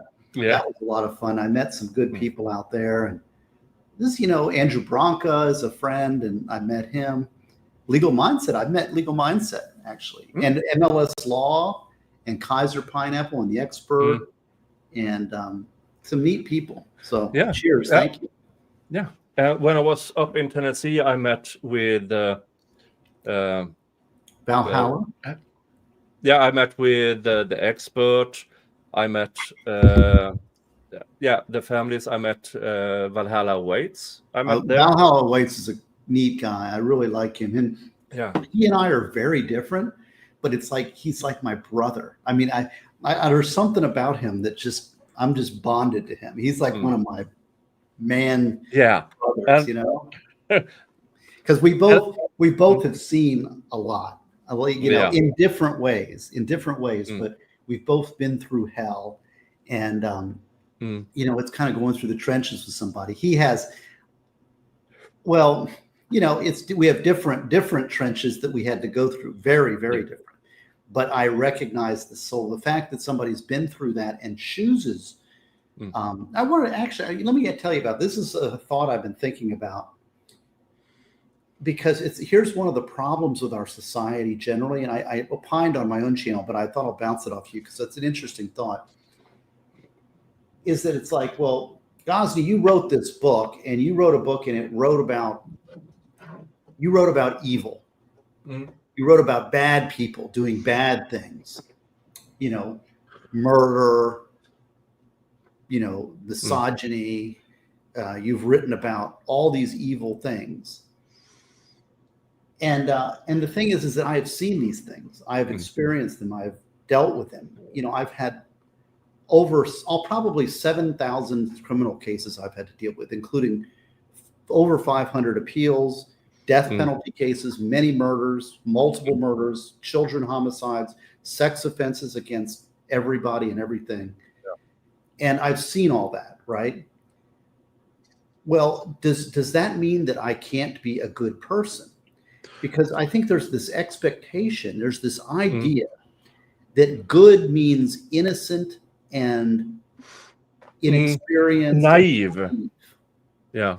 and that is a major flaw. It's like, well, you're not a Christian because you talk about heavy metal music, or you talk about murder, or you did, that's such a simple, childish, infantile way of seeing goodness. Yeah. And Christianity, it's not, goodness is not stupidity and ignorance. Goodness is when you confront evil with the armor of God and choose, after you've been subjected to that, in a conscious way, you choose the right path. Does that, I mean, am I making sense here? Yeah, I mean, I'm not in the same area of, I mean, for me, it's, when you can differentiate, when you see bad stuff, really bad stuff. I mean, I'm not in criminal law, but I am in labor and employment. I've seen pictures of scalps torn off. I've seen the guy who was covered in quicklime from a workplace accident. And I heard the surveillance of when that man was screaming, because it hit his legs. A big cake inside a silo of quicklime. And when it went through his legs, it also catheterized his veins. So he was still alive for almost 2 minutes while that thing ate him up. I mean, so yeah. But when you have something, when you see an experience and see all that, you have something to compare with. But also, we can talk about evil situations. I can talk about murder and talk about unethical people and evil people and understand them. And we can have a discussion about evil. And it doesn't mean that we are evil. It means that we are dealing with evil. We are discussing evil. We acknowledge its existence, but it doesn't mean that we succumb to it.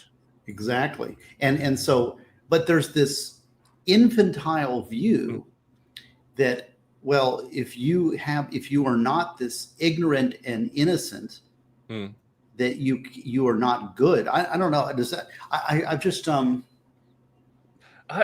I must say I don't see that as much. I do see a lot of hypocrisy. Well, maybe people who claim good, but they have to pull other people down in order to enhance themselves in their goodness. It may be just a rhetorical weapon. Yeah. It may be just a way to project, well, you're the one talking about this evil stuff, right? Yeah. How could you think these evil thoughts? Right? How can I think the evil thoughts? I've experienced them. I've seen them.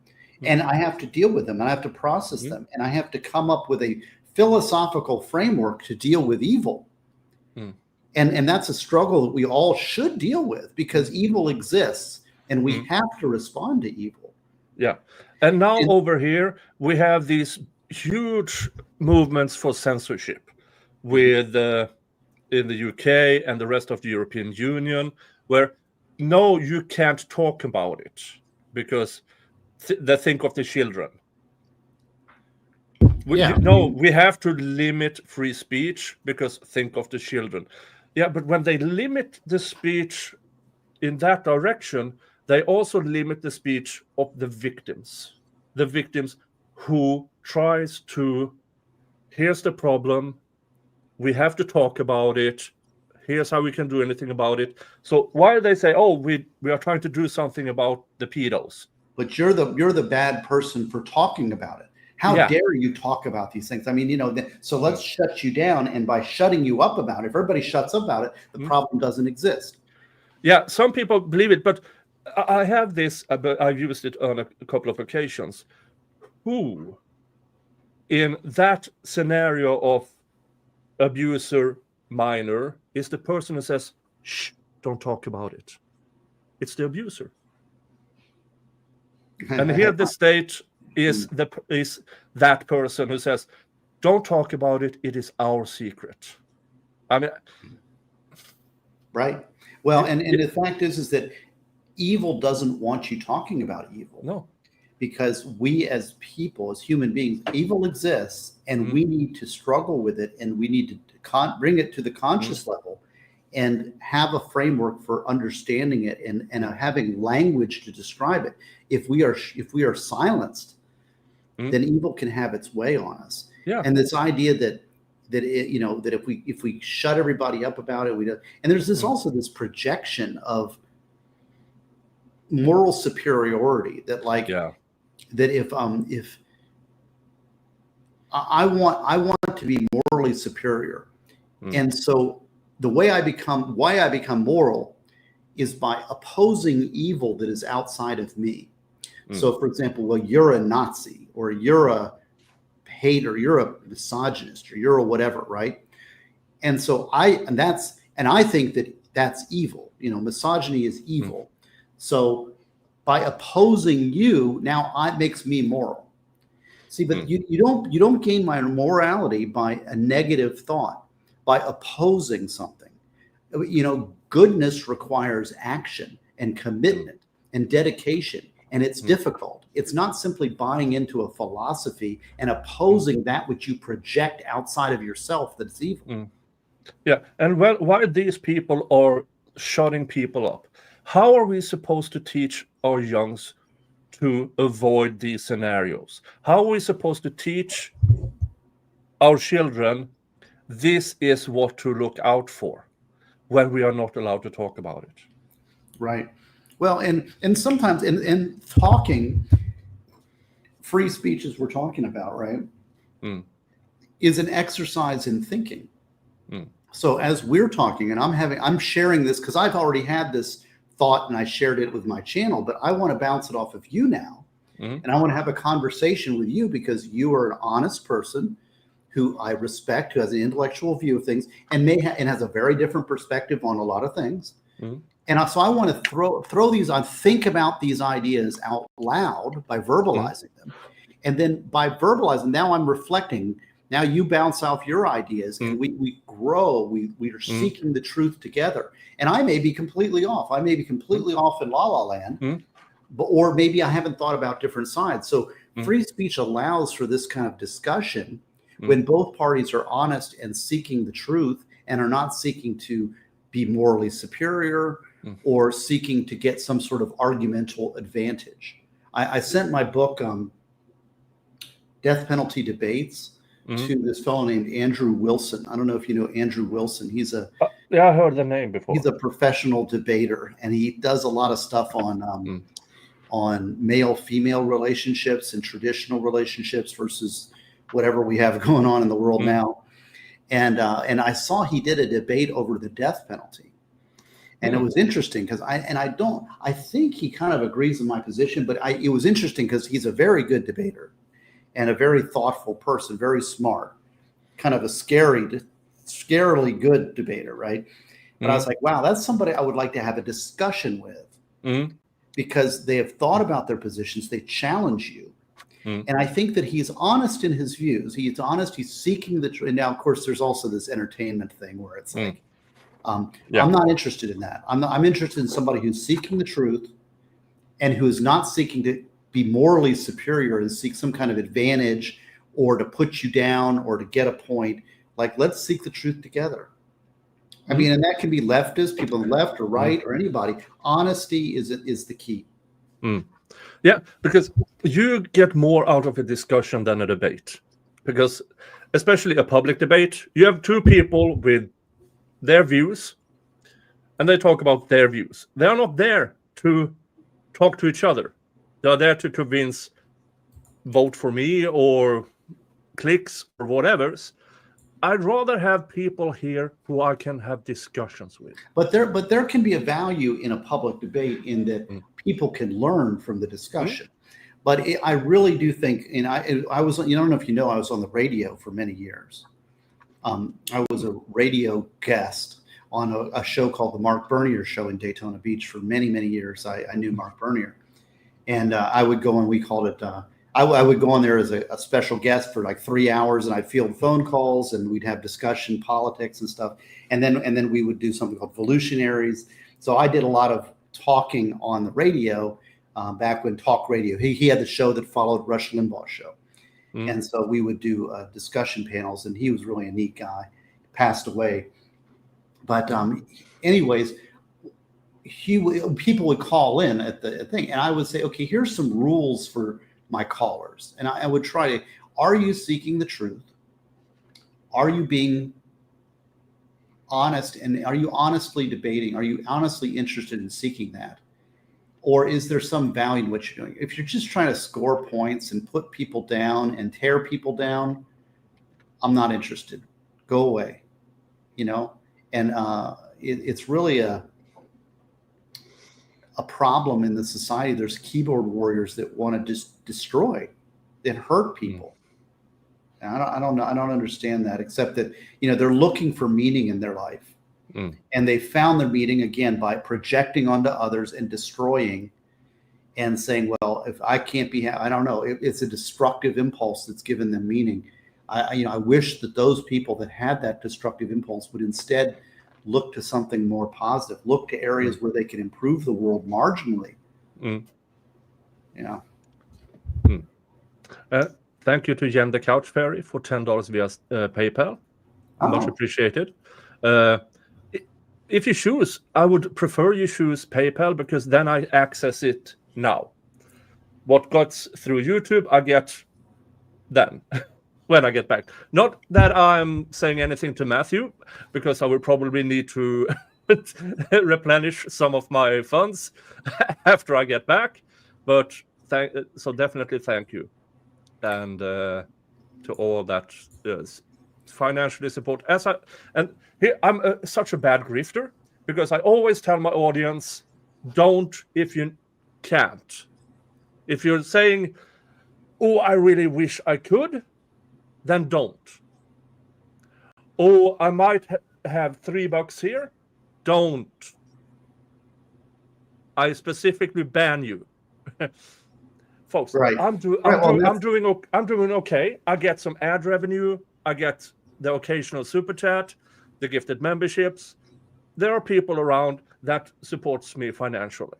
If you want to support financially, go watch my videos. That's the way you can do it. And it's appreciated. And the thing is there's people that can give, and those people, like we saw Matt himself. I mean, he's a big supporter, and there's people out there who are very generous. And and this is the thing, they are supporting something that they believe in. Matt supported my books because he believed in what I was writing and what I was contributing to the whatever the discussion was. I had a few people that were very big supporters of mine and are, and so that's a good way. If that's a good way. Like, better to do that than to tear down. Yeah. If you're going to come in and like be a graffiti artist, and go away, go someplace else, go support, find the person that's got something positive that's making the world a better place, and support that. Yeah, and my channel, I do, as I have up here, the snark attack. I get snarky on my, but so that is my niche. It's not for everyone.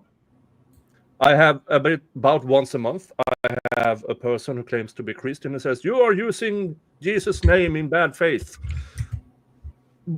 Okay, how was that not obvious? I mean, I curse. This is what you see on my streams and on my videos is the toned down version of me. Because over here, we curse a lot. And our main cursing is about religion and farm tools. While the Americans, you Americans, when you curse, there's often some sexual undertones. We do religion and farm tools. That's funny. Well, farm tools. The farm tools is the funny one. Look, Zach contributed $1.99 just to annoy Nick. Yeah, on your channel. That's funny, Zach. Thank you. And I see Slidey Pie. See, this is Hey, another Slidey. thing. Slidey Pie, you know, she read a couple of my books in full on her channel, which was so cool. And to me, I'm just so flattered that people took, like, Vice Baby read my books, including Scooter Asks Where Is God, which is a free book. I have a free ebook on my website to give out, and I just want people to read it. That's the thing. I want to provide something that is valuable to them, that they can read to their children, because so much of, well, we were talking a little earlier about the values, you know, talking about good and evil. The good and evil words have been systematically destroyed in our culture, so that people have been robbed of the vocabulary to deal with good and evil. You know, you always hear this when people talk about, you know, Hitler. Okay, this person is fascist, or they're a Hitler. Well, that Hitler was a historical figure, and, you know, yes, evil, but the real word is evil. Yeah. But people don't want to use the word evil because it sounds too religious, right? And so they've been robbed of that good and evil dichotomy, right and wrong. We can't call something right or wrong. We're truthful and false, or good or evil, right? Instead, so we don't have that vocabulary. So instead, people fall down and, well, this person's a Hitler, when really they're making a moral judgment. Well, let's talk in moral language, not in historical language then. So, yeah. And I mean, first of all, English is not my first language, and I do believe that I have a decent vocabulary, and that is why, if I choose, I could have a large stream without a single curse word. I've had a bunch of them. I don't have a problem with it. But when something happens in court that either I take a 5-minute description, this is why this is wrong, I can just say, this is fucked up. Well, now, have I time for it? I will make that 5-minute argument. Right. No, I get it. And I'm not, you know, I see Slidey Pie saying I very consciously work not to curse. And I will say this is one of my failings and one of my sins. And if you've seen in my book, Prepare, I talk a little bit about this, because I used to curse like a sailor.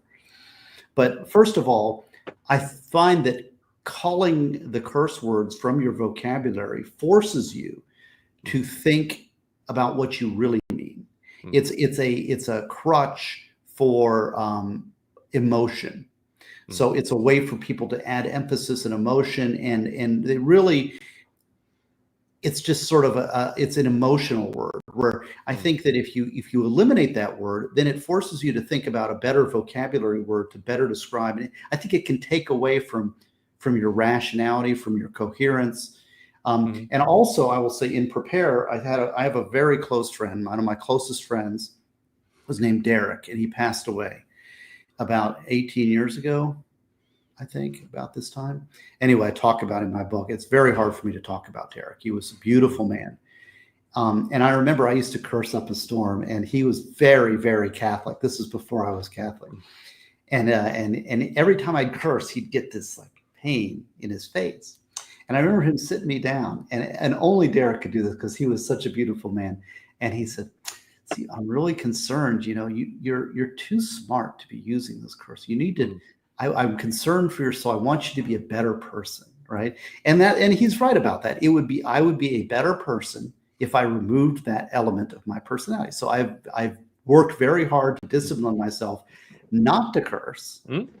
But I will say that I am, that is a major flaw. I can curse like a sailor and have that, and I think it, but I edit myself and try to think, well, what am I really trying to say? And I always think about my friend Derek, and I try to be better, but I fail.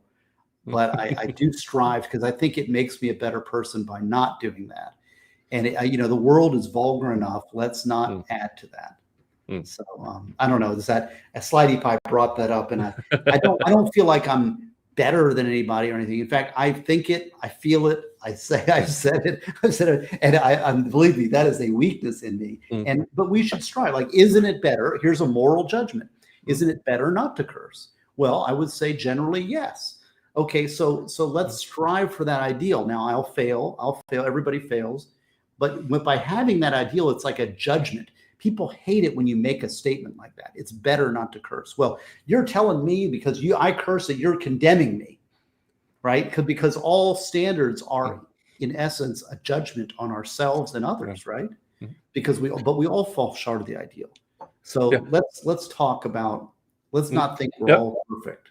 And for me, I'd rather hear the truth from dirty language than a high ground person saying very nice things that are false.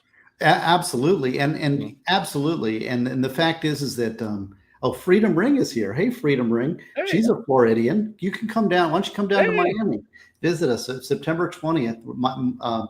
Nick and I are going to be at Julian Henry's, 6 o'clock, 6:30. Julian Henry's, downtown Miami. We'll have a meet and greet. We'll have dinner. We'll drink, smoke, whatever we can do. So I'd love to see if she's a fellow Floridian. Yeah, here we will be. Julian Henry's Food Hall at West Flagler Street. Yeah, it's really kind of, it's just downtown Miami. I mean, it's in you put your little guy there. Put your little guy there. Yeah. Whoops! Looks like you're in a garage. You landed in the garage. I had no idea. Go out the street there. How did I do that? All right, let's get out on the street instead. Yeah, no, that's not the right street. You don't look on the street. Look up.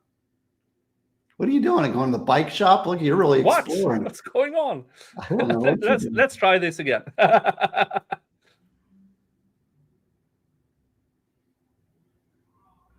There we are. Yeah. Where is it?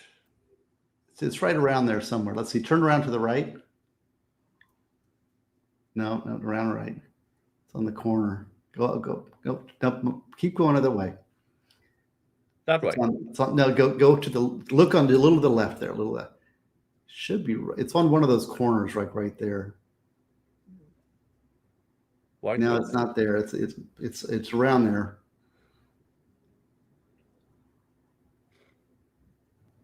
Oh, yeah. Go. Let's try again. Yeah, go closer. And do this. There you go.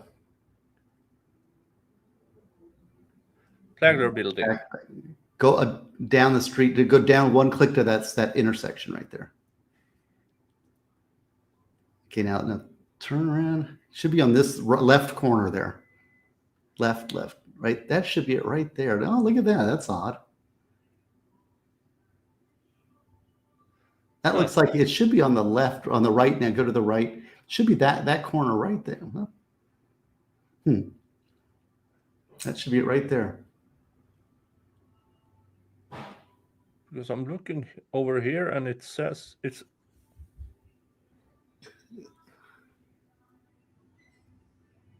I mean, there it is. Julian Henry's Feast Miami Eatery. There it is.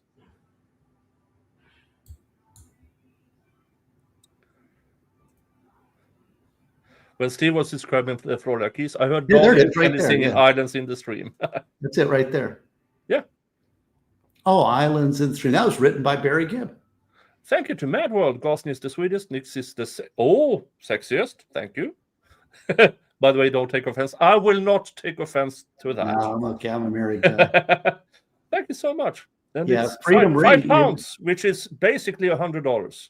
Fly down for the day, man. Come down, visit. It's a weekend, so you can just fly Miami International Airport, come stay downtown, see Miami, and make a weekend of it. Hey, Dolly, can you make the trip? I mean, Arizona to Miami, it's not that far. It might be. I mean, I'll be closer to Dali when I am in Utah. Uh-huh. Yeah, Tampa. Arizona is just south of Utah, isn't it? What's that? Arizona is near Utah, yes, right there. But Arizona is one of my favorite states too. I love it. I love the West. The West is great. You will. I'm really happy that you're going to see that part of the country because it is a wonderful area. Yeah, but as we said earlier, I mean, I went through the Appalachians. I went through rural America when I was out driving. Yeah. I went to, I mean, grills and stuff that only locals, and I just stepped in, and people were so welcome. Oh, people, And yeah, those, this is the thing. Who are you? Where are you from? Oh, that's interesting. And I could, while eating, people moved over to my table and we just talked for an hour. Oh, yeah. And yeah, people of also, that's the heartland of America. Those are real Americans, and I don't think a lot of the Europeans and the people that are visiting there are a very specific slice of Americana, right? But the people that you're meeting there, those are just good, wholesome, good people of America, and I think you're really, that's a great way. I'm so happy you went to Chattanooga. Great people. Tennessee is a great state. All through there, it's great. I love it. And my family and colleagues and friends, when I came back in end of August of last year, I told them Trump is going to win. And I said, because I drove through rural America, and outside every church, there was a Trump sign. Well, that's true, but you got to understand that the center of power for the Democratic Party is the big cities, and so you have very small, concentrated, high population areas that stuff those ballot boxes, and so yes, the wide swath of America is mostly Republican, mostly. Yeah, but I drove through swing states, and it was the same thing. Right. Well, it's a split country. I'm very happy. One of the things that I really think is important for Trump to do, which I've seen some action on this front, we need to have the day of voting, IDs, and paper ballots. I mean, because which coincidentally is the Swedish system. Well, and in fact, the Carter Center, which monitors elections throughout the world, which is a great thing the Carter Center does. That's Jimmy Carter. Our systems, that this loosey-goosey, anybody can vote, you get your phone out and all that is not acceptable. When we talk about monitoring free and fair elections in third world countries, the systems that are being pushed are basically designed to be filled with fraud. It's an attack on the republic. And okay, I don't care what your political persuasion is. If you believe in elections, then we should want free and fair elections, and that means paper ballots the day of voting with voter ID, and that's over here we have that system. We have this big catalog of, you walk into the voting station, and there's all the parties are up there that you can vote for, and you pick a few, you go behind the curtain, and then you can throw the others away, and anonymously you vote. And then you walk up, you show your ID. Now I have voted. It doesn't say, we don't have this. You have to register to anything because you're pre-registered as a citizen. It's a little complex here because we have such a huge illegal immigrant community. We have people who are disqualified from voting through felonies, which is a controversial thing. And then, and then there's this whole, people mail in, we want to broaden it and all. I don't know. I think that the number one thing needs to be fair, free, verifiable elections. Florida went through a real struggle. I was involved in this, actually. I don't know if you remember the Bush v. Gore recount situation in Florida, but we were involved. We were one of the law firms in one of the counties in Florida that was involved with monitoring the recount. And after going through, that was a very educational process as a kind of witness to what was going on. We had these paper ballots. Now, there were problems in other counties with the hanging chads and all that, but the process that we have in Florida is very, very good. At least there was some reforms that were done since that election.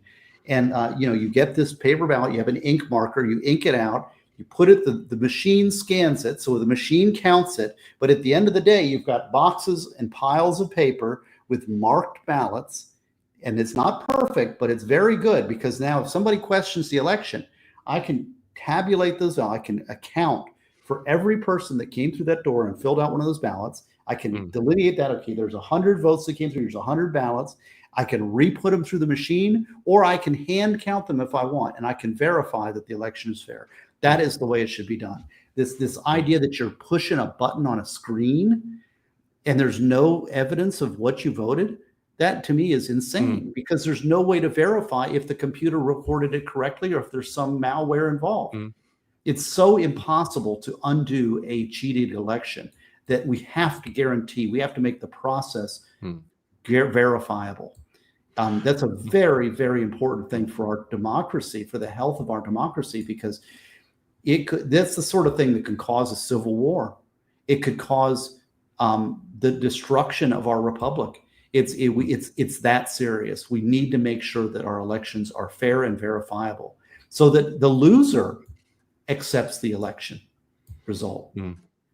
Yeah, because with the system, more or less what Trump is actually calling for is more or less the Scandinavian system of voting: ID, paper ballots. Because you can, so it actually can be recounted in some way, shape, or form. And I saw the question earlier: what about the elderly and the disabled and everything?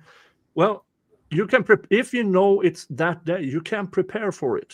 And sure, and there are laws for accessibility. Absentee ballots, and you go to a notary and you vote. And I'm not against that. And the military is another one. But this widespread use of it is a problem. It's choosy heretics, choose carnation revolution now. I actually had a conversation with my son about him the other day, and I was like, here's somebody who was always in the chat, and I have no clue what he stands for. I know it has something to do with Jesuits, and he doesn't like the Jesuits or something, but I'm like, he's like a real person, because he engages with me, and it's like he knows I play guitar and he customizes his arguments for me. But it's always like, I was like, there's this guy in chats and I don't quite know what he's trying to communicate. And I've seen him on your chats and in the chats for so long that I should know, but I just don't. I'm sorry, but so I apologize if I don't get the point. But I appreciate him showing up and saying hello. How's that? Is that fair? The voting age in Sweden is 18. We have 18 is the cutoff period for everything but alcohol.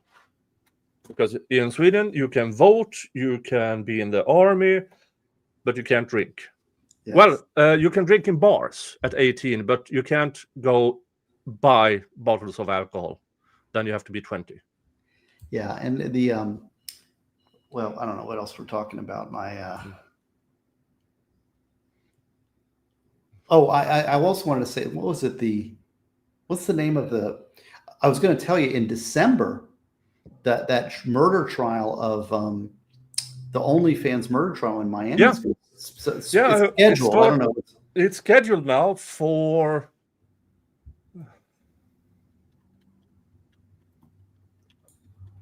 like beginning of December sometime. I will say that I will be very surprised if it goes in December, because usually lawyers hate taking trials in December because of Christmas. Let's see here.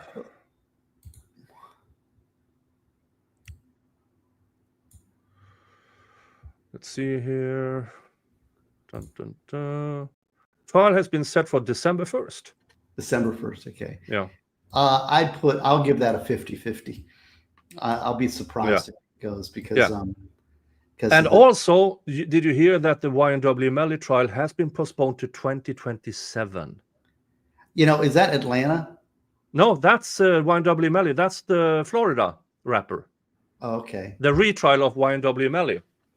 Okay. And it is out, and it is, I don't remember exactly which court it is in, but it will be interesting. But because the entirety of 2026, the current judge, his schedule is full. Yeah, the big problem, I will say, in Miami, practicing in the Miami courts, the system is so broken. I'm very, we could move up. Let's do side by side. Yeah. The judges and the courts are so overwhelmed and packed that that bad actor lawyers get advantage by, and they use the packed court system to their advantage. I'm seeing some real problem, and I'll tell you, the system is so broken. And people, somebody was saying, I forget which chat it was, but I was, I like to look at the chat and see what people are saying. And one of them was saying that there's no solution. It might have been Carnation Guy, but the solution comes, in my opinion, the solution comes from each individual doing their inner work, working, being truthful with themselves and with others. And, what was it? I think it was Solzhenitsyn said, "Live not by lies," which was, he says that lies and falsity and untruth empowers tyranny. The Soviet Union was driven, everybody was lying. It was a lie-driven society. And that's when he was in the Gulag and he wrote the Gulag Archipelago. He looked in his own heart and said, how is it that I am contributing to this tyranny that exists in the Soviet Union? And his response was, because I bought into the lies. I repeated the lies. So the one thing you can do to fight tyranny is to not do that, to always be truthful yourself and others in all things. But our society is just drowning in lies right now. It's drowning in them. And I don't know. I think a lot of it has to do with New York Times v. Sullivan, which allows for lies in the public discourse for no remedy. Yeah. So, but the one WML state appealing an order requiring them to turn over to the defense team the results of a search warrant on one of the defense lawyers. Yeah, Raven Liberty, Melly's defense attorney since many, many years.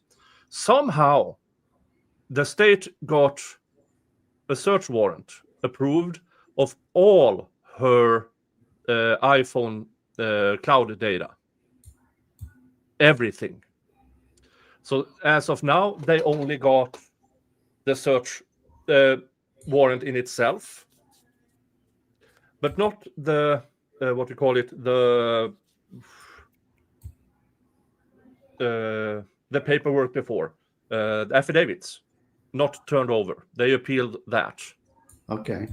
But the state claims, the state claims that Raven Liberty made witness intimidation and witness intimidation against one of the people who testified in the court, which was the detective Soto, I believe his name was. That was the man in the ski mask, because he was reportedly undercover. And then they found his pictures online, and they argued to the court successfully, no, he can't, because his pictures of him.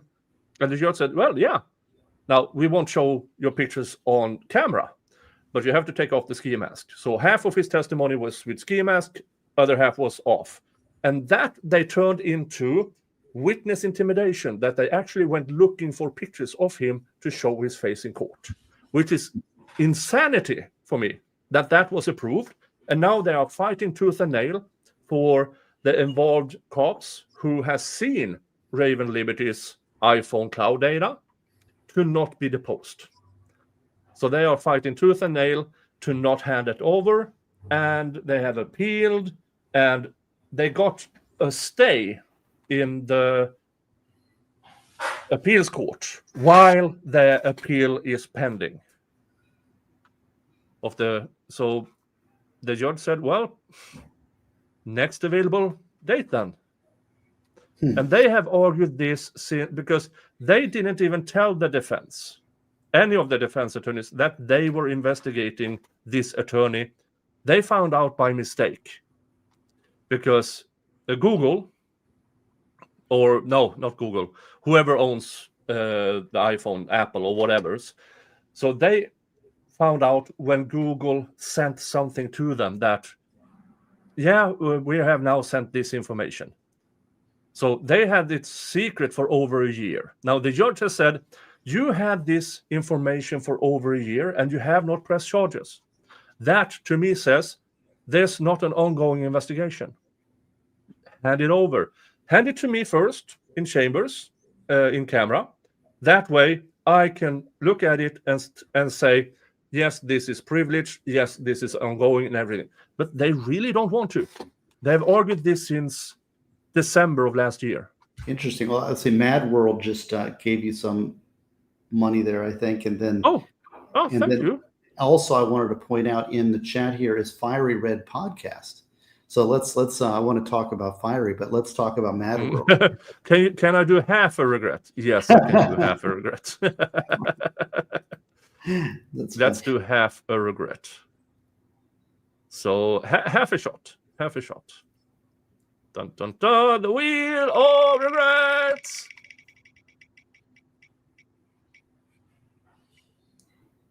Whiskey. I don't know, lawyers and whiskey. I don't know.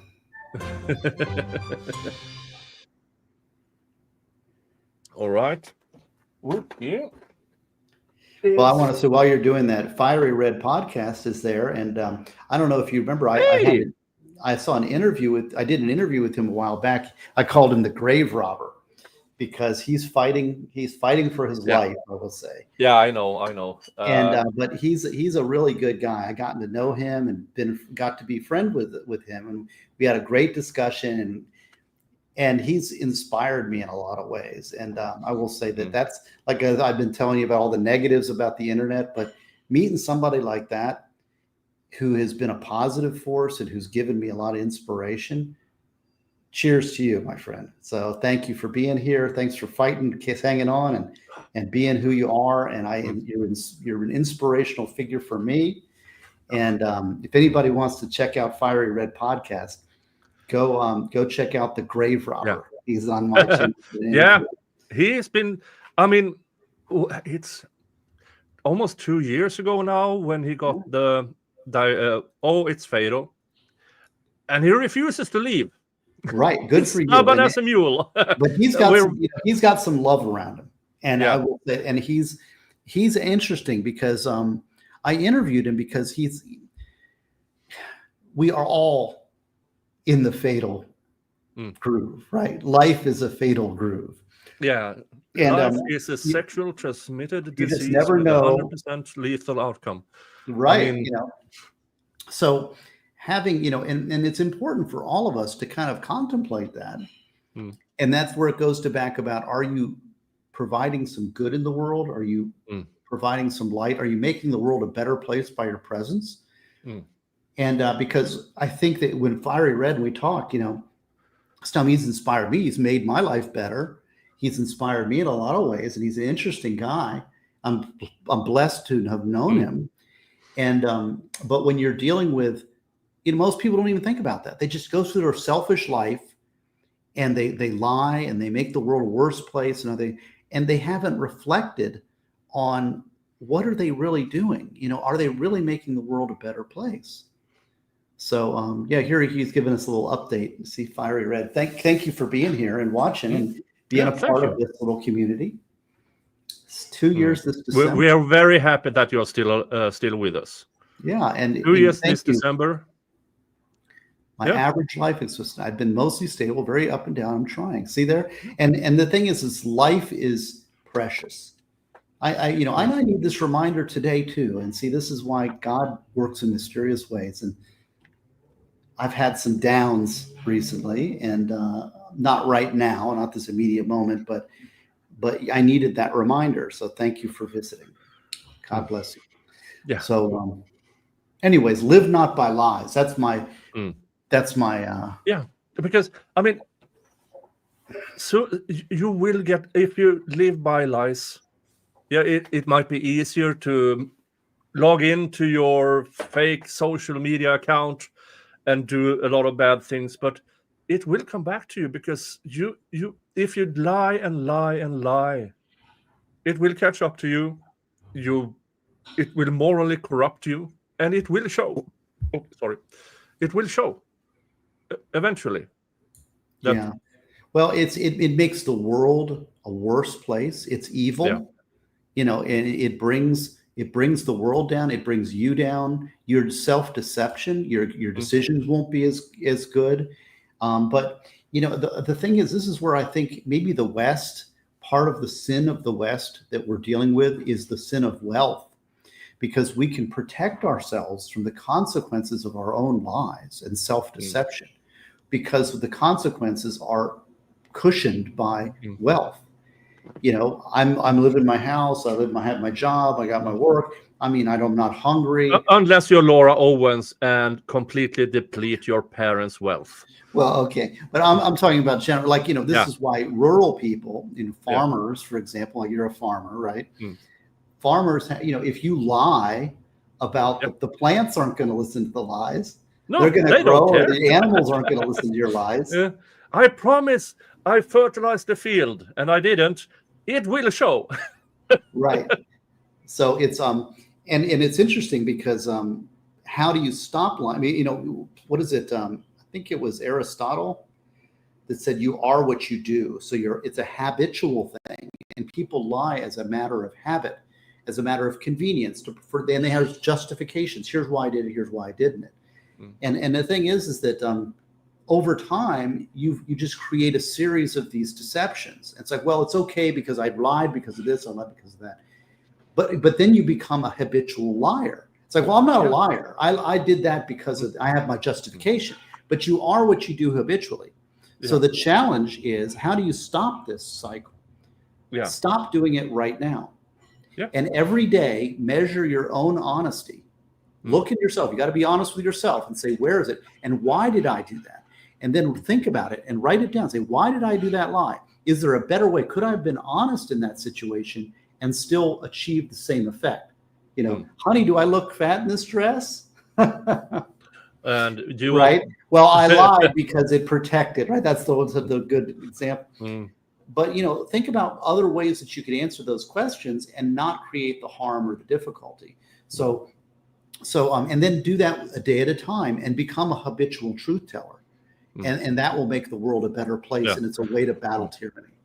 And don't mistake that for the people who are, I'm just being honest, while they're just being rude. Yeah, that's and different. viciousness, you can use honesty as a weapon and truth as a weapon to hurt. I'm just being honest. That person's fat, right? It's like, okay, well, really, being silent is valuable too. And walking into one of the things in American law which I completely disagree with: cops can lie in interrogation. Oh, right, yeah. That's a very difficult. And the problem with that, and I've struggled with this because in some ways it's a necessity. All right, because but on the other hand, it creates a culture of deception within the legal community and within the law enforcement community. And that culture, it's like, okay, well, it's okay to lie to the suspect in the interrogation. Well, then is it okay to go lie on the witness stand when you're talking about it? Yeah, and, because when people get used to lying,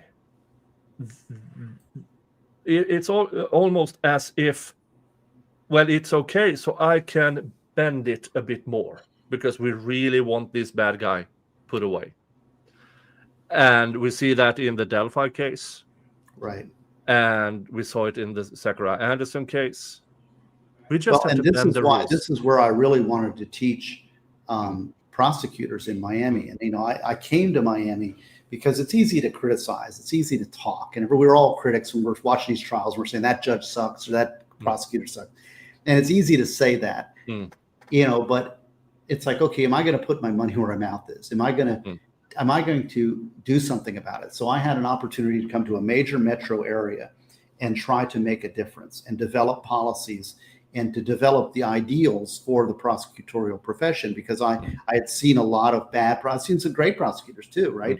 But we needed, we got to make the effort. And although I was unsuccessful in the short term personally, I can look myself in the mirror and say I made the attempt, right? And most people don't do that. One of my biggest regrets, and it's interesting because it connects into this Melly trial, I was really looking forward to creating a model Brady compliance policy for the Miami-Dade prosecutor's office. That was my next project after I did I've done a few projects and they're available online. Some of the policies I developed for the Miami-Dade State Attorney's Office, whether they use them or not, I don't know at this point. Yeah. But I was developing policies. And one of my big projects, and it is not an easy question, and you're saying, why didn't they turn over this document that's clearly Brady material? It's actually, when you get into it, and it's been a year since I've even thought about it or looked at it because I'm not dealing with Brady issues now, but it's a very complex and difficult problem. And I have a very methodical, I have a lot of notes where I was developing a model Brady compliance manual for prosecutors. And I really wanted to finish that. That was going to be a major prosecutorial effort that could have been shared across the country. And I would say that's my biggest regret. I wanted to do that. I wanted to produce that as sort of a culmination so that people could use it and prosecutors could use it, because it's not as easy. From a defense perspective, it seems easy. It's like, well, you should produce it, right? But it's not as easy as it seems. There's a lot of you have work product. You have are they in the middle of investigating something that may or may not lead somewhere? You don't want to tip off the defense about it and stuff like that. And I used as an example with the Lisk case in New York, against Rex Hoyerman. The prosecution there has bi-weekly meetings with the defense to hand over. Here's what we have that we can turn over. We are also, they have these meetings where they are open because they aren't afraid of anything because the case is that strong. And if they happen to have a disagreement, they book with the judge a couple of weeks ahead of time. They will sit down, they will have an hour, and it's settled. And it shouldn't be harder than that. Well, and that is you just made an interesting point about they have a strong case so they can be honest, right? Yeah. But the challenges become on serious cases that are not as strong, right? Yeah. And that's where the temptation really comes in. But see, that's where the test lies. It's easy to be honest when it doesn't cost you anything.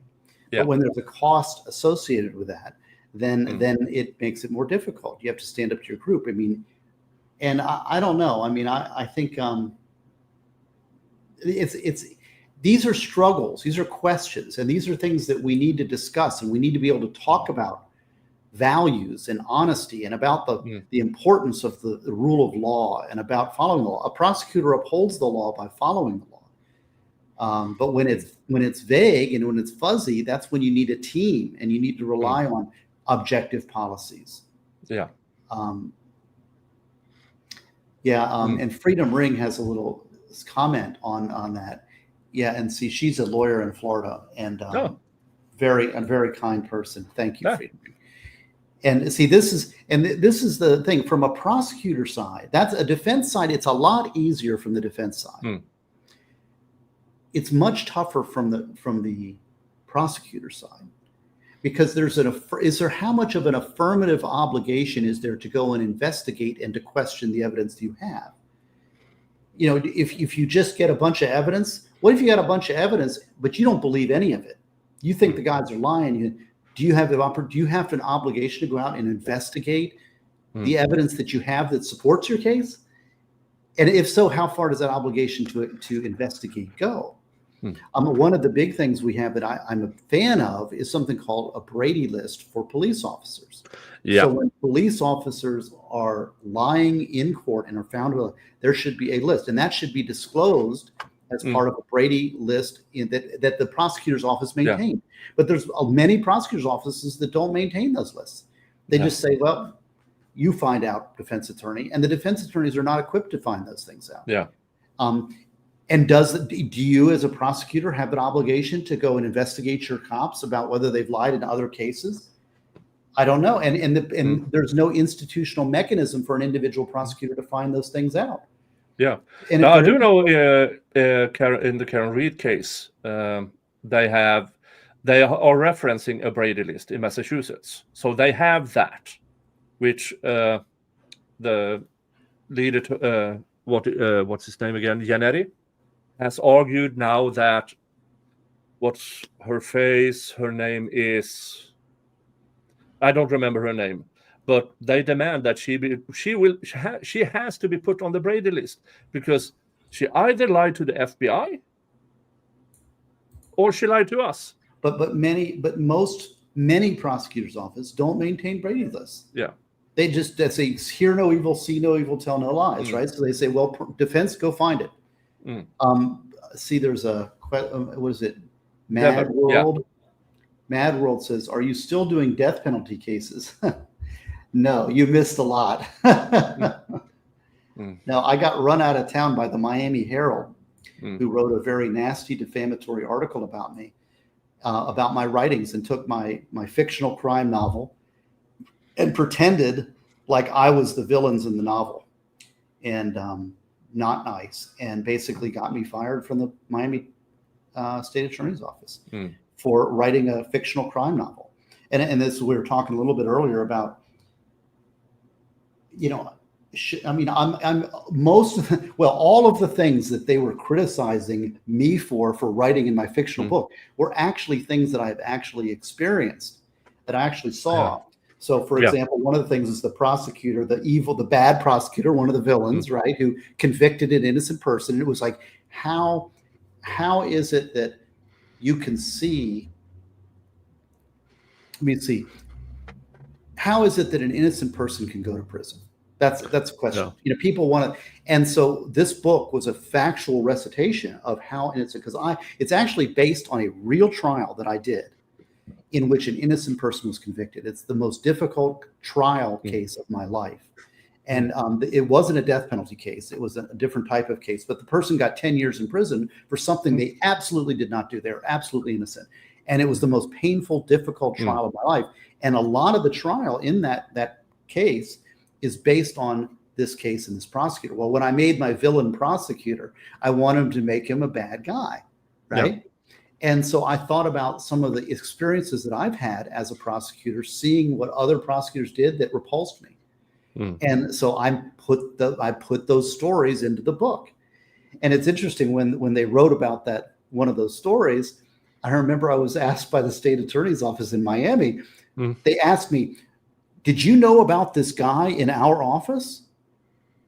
And I'm like, "What are you talking about?" I was talking about the office in Daytona Beach, because they had a prosecutor who did exactly the same thing in Miami. So the stories are based on reality. These are reflections. These are mirrors of things that I've seen. It's not like I'm endorsing bad. I don't endorse prosecutors prosecuting innocent people. I mean, or doing bad things and withholding evidence and all that stuff that this guy does. How is it that's me? But this Miami Herald is very dishonest, and we're very vicious. And so was I got to say, so was the Miami-Dade bar. I hate to say it.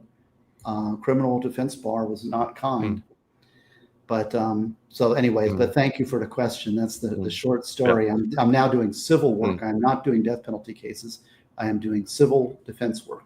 Not by choice. Yeah, and I saw that if Zach's lawyer had put a defense case like Karen Reed's lawyers, the difference is Karen Reed, not only did she have a very large amount of money, she had access to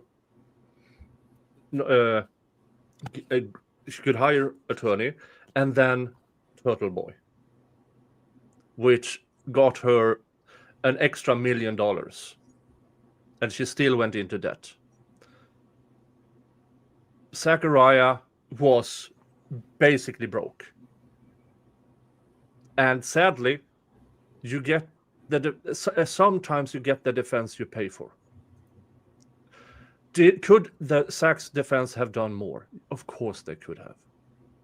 But Sachs' case was not the only case they were running. And I don't blame the defense because of dishonest prosecutors. That was a very bad prosecutor, a very, very dishonest prosecutor. And I would also say a very bad judge.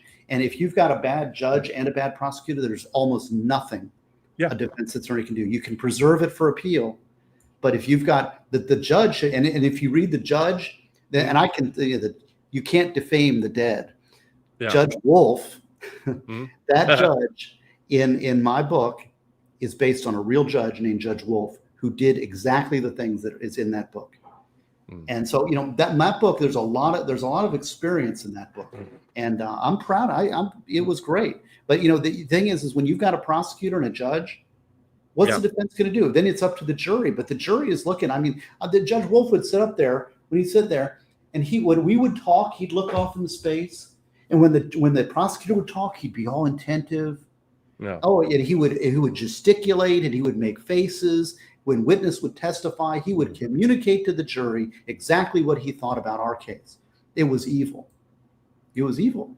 And I'm disgusting judge, and I'm one of the worst judges I've ever been around.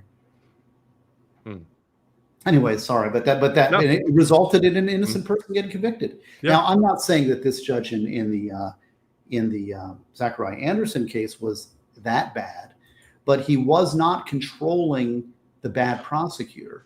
No. And that is his job. His job is, he would growl, say, "Oh, why are you doing?" He'd make this, he'd complain and whine. All bark, no bite. All bark, no bite.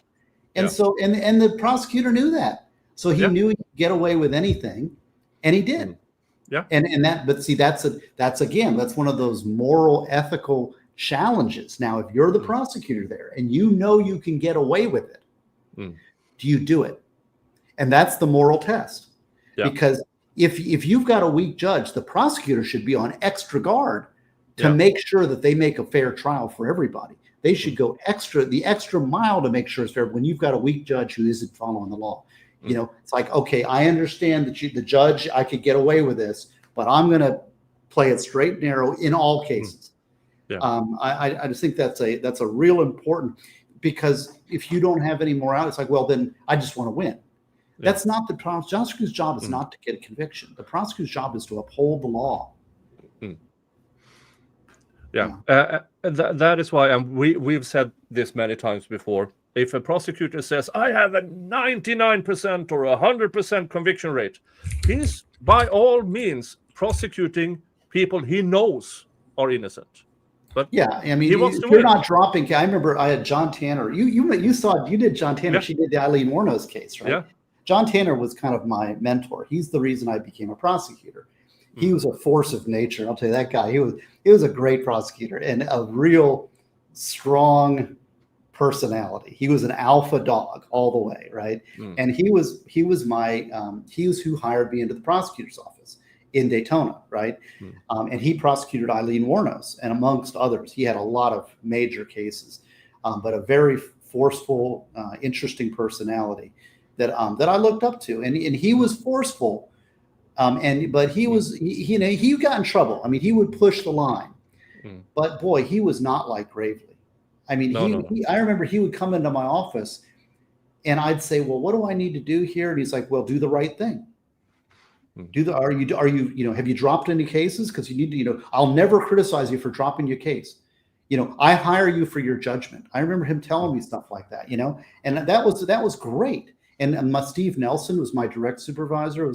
And he was always saying, "Do the right thing. Do the right thing by the defense." And I remember it was like, because I remember one time there was this guy and I didn't like this defendant. And I was telling him like, "Oh, this defendant is this." And he's like, and I remember Nelson would say to me, "Well, what's that have to do with the case? What's that have to do with the case?" Right. And it was such a good question. It's one of those voices in the back of my head. And it was like, yeah, that's right. What does it have to do with the case? Right. The facts are here. Whether he's a good or bad guy isn't really relevant to whether the facts are what they are, right? I either have a case or not. I'm not going to get all tied up to prove he's a bad guy. If he's a bad guy but didn't do the crime, then he should walk. If he's a good guy and did the crime, then he should be convicted. I mean, it's one of those things, All right. I need to start wrapping. It's almost 2 a.m. where I am. Oh, I'm sorry. We're having so much tea. I know. Can't wait to see you, buddy. Yeah. And folks, remember, September 20th, right here. 6:30 p.m. 6:30 p.m. Julian Henry. Me and Henry. Gosney have a drink, have something to eat, and have a great time. Have a definite great time. So we will make sure there's room for as many as can show up. Well, it's not up to us; it's up to them. The place is huge. No, it's a communal kind of thing. You believe me, anybody who shows up, they're going to love it because it's wrapped with bars and eateries and places like that. And there's a big kind of communal place, like a eating area. So you can eat at the little places or in the center. It's great. It's perfect for what we're doing. So if you show up, we'll have a great time. Yeah. And that Sunday, Steve will get me to church. Yes, that's right. You're going to go to church with us. We'll go to and then we've been thinking about like which Catholic church are we going to go to? We're going to go to the Catholic church. I don't know which one. We'll figure it out. Yeah, we will figure it out. We will figure it out. All right. Hey, thank you for everybody. And happy 25th anniversary, Freedom Ring. Good to hear from you. Happy 25th anniversary. And Fiery Red, good to see you here. And Slidey Pie and all the Matt himself and all the nice people that have been here, and all the Jacob Castro, Savage. Yeah, thank you everybody who showed up. Thank you for the supers. Thank you for the via PayPal. Well, I have tomorrow off, Sunday, because I need one day off. Monday, I will be back with some reading of the Delphi transcript. I will also have a recap of the Donna Adelson trial day 2, Monday evening. So that is up for me. And, well, if Steve wants to join me, I will send an invite. I'd love to, but I'm not. I'm so very. Yeah, I know. You have work. Yeah, you have work. I do. I know. But yeah, so let's see here. It is Saturday the 23rd. I will leave Wednesday the 3rd at 9 a.m. my time. I will be in Salt Lake City. I believe it is, let's see here. Sorry. I will be in Salt Lake City, 7:23 p.m. I will land Utah time. So take those number of hours and add, 7 hours? That is my travel time that day. So I will be in a hotel the first night because, I don't want to pick up a van the moment I land. So, and then on the 4th, I will go up to Logan, and I will probably spend the weekend at Donnie's and then visit Jeff's grave and meet up with Connor as well. So, it will be. And then after 2 weeks there, I will be in Miami from the 19th to the 24th. Time's gonna fly, and I look forward to seeing you. My mom's 90th birthday is gonna be the weekend before. Oh, so we're gonna have a big party for my mom. So then the next weekend after that we're gonna see you. So I look forward to seeing you, and we're gonna have a great time. We're going to have a great time. So, folks, thank you everybody for showing up. I will play the Miami Night, the meetup song, as a goodbye. See you, folks. Have a good one. Bye-bye.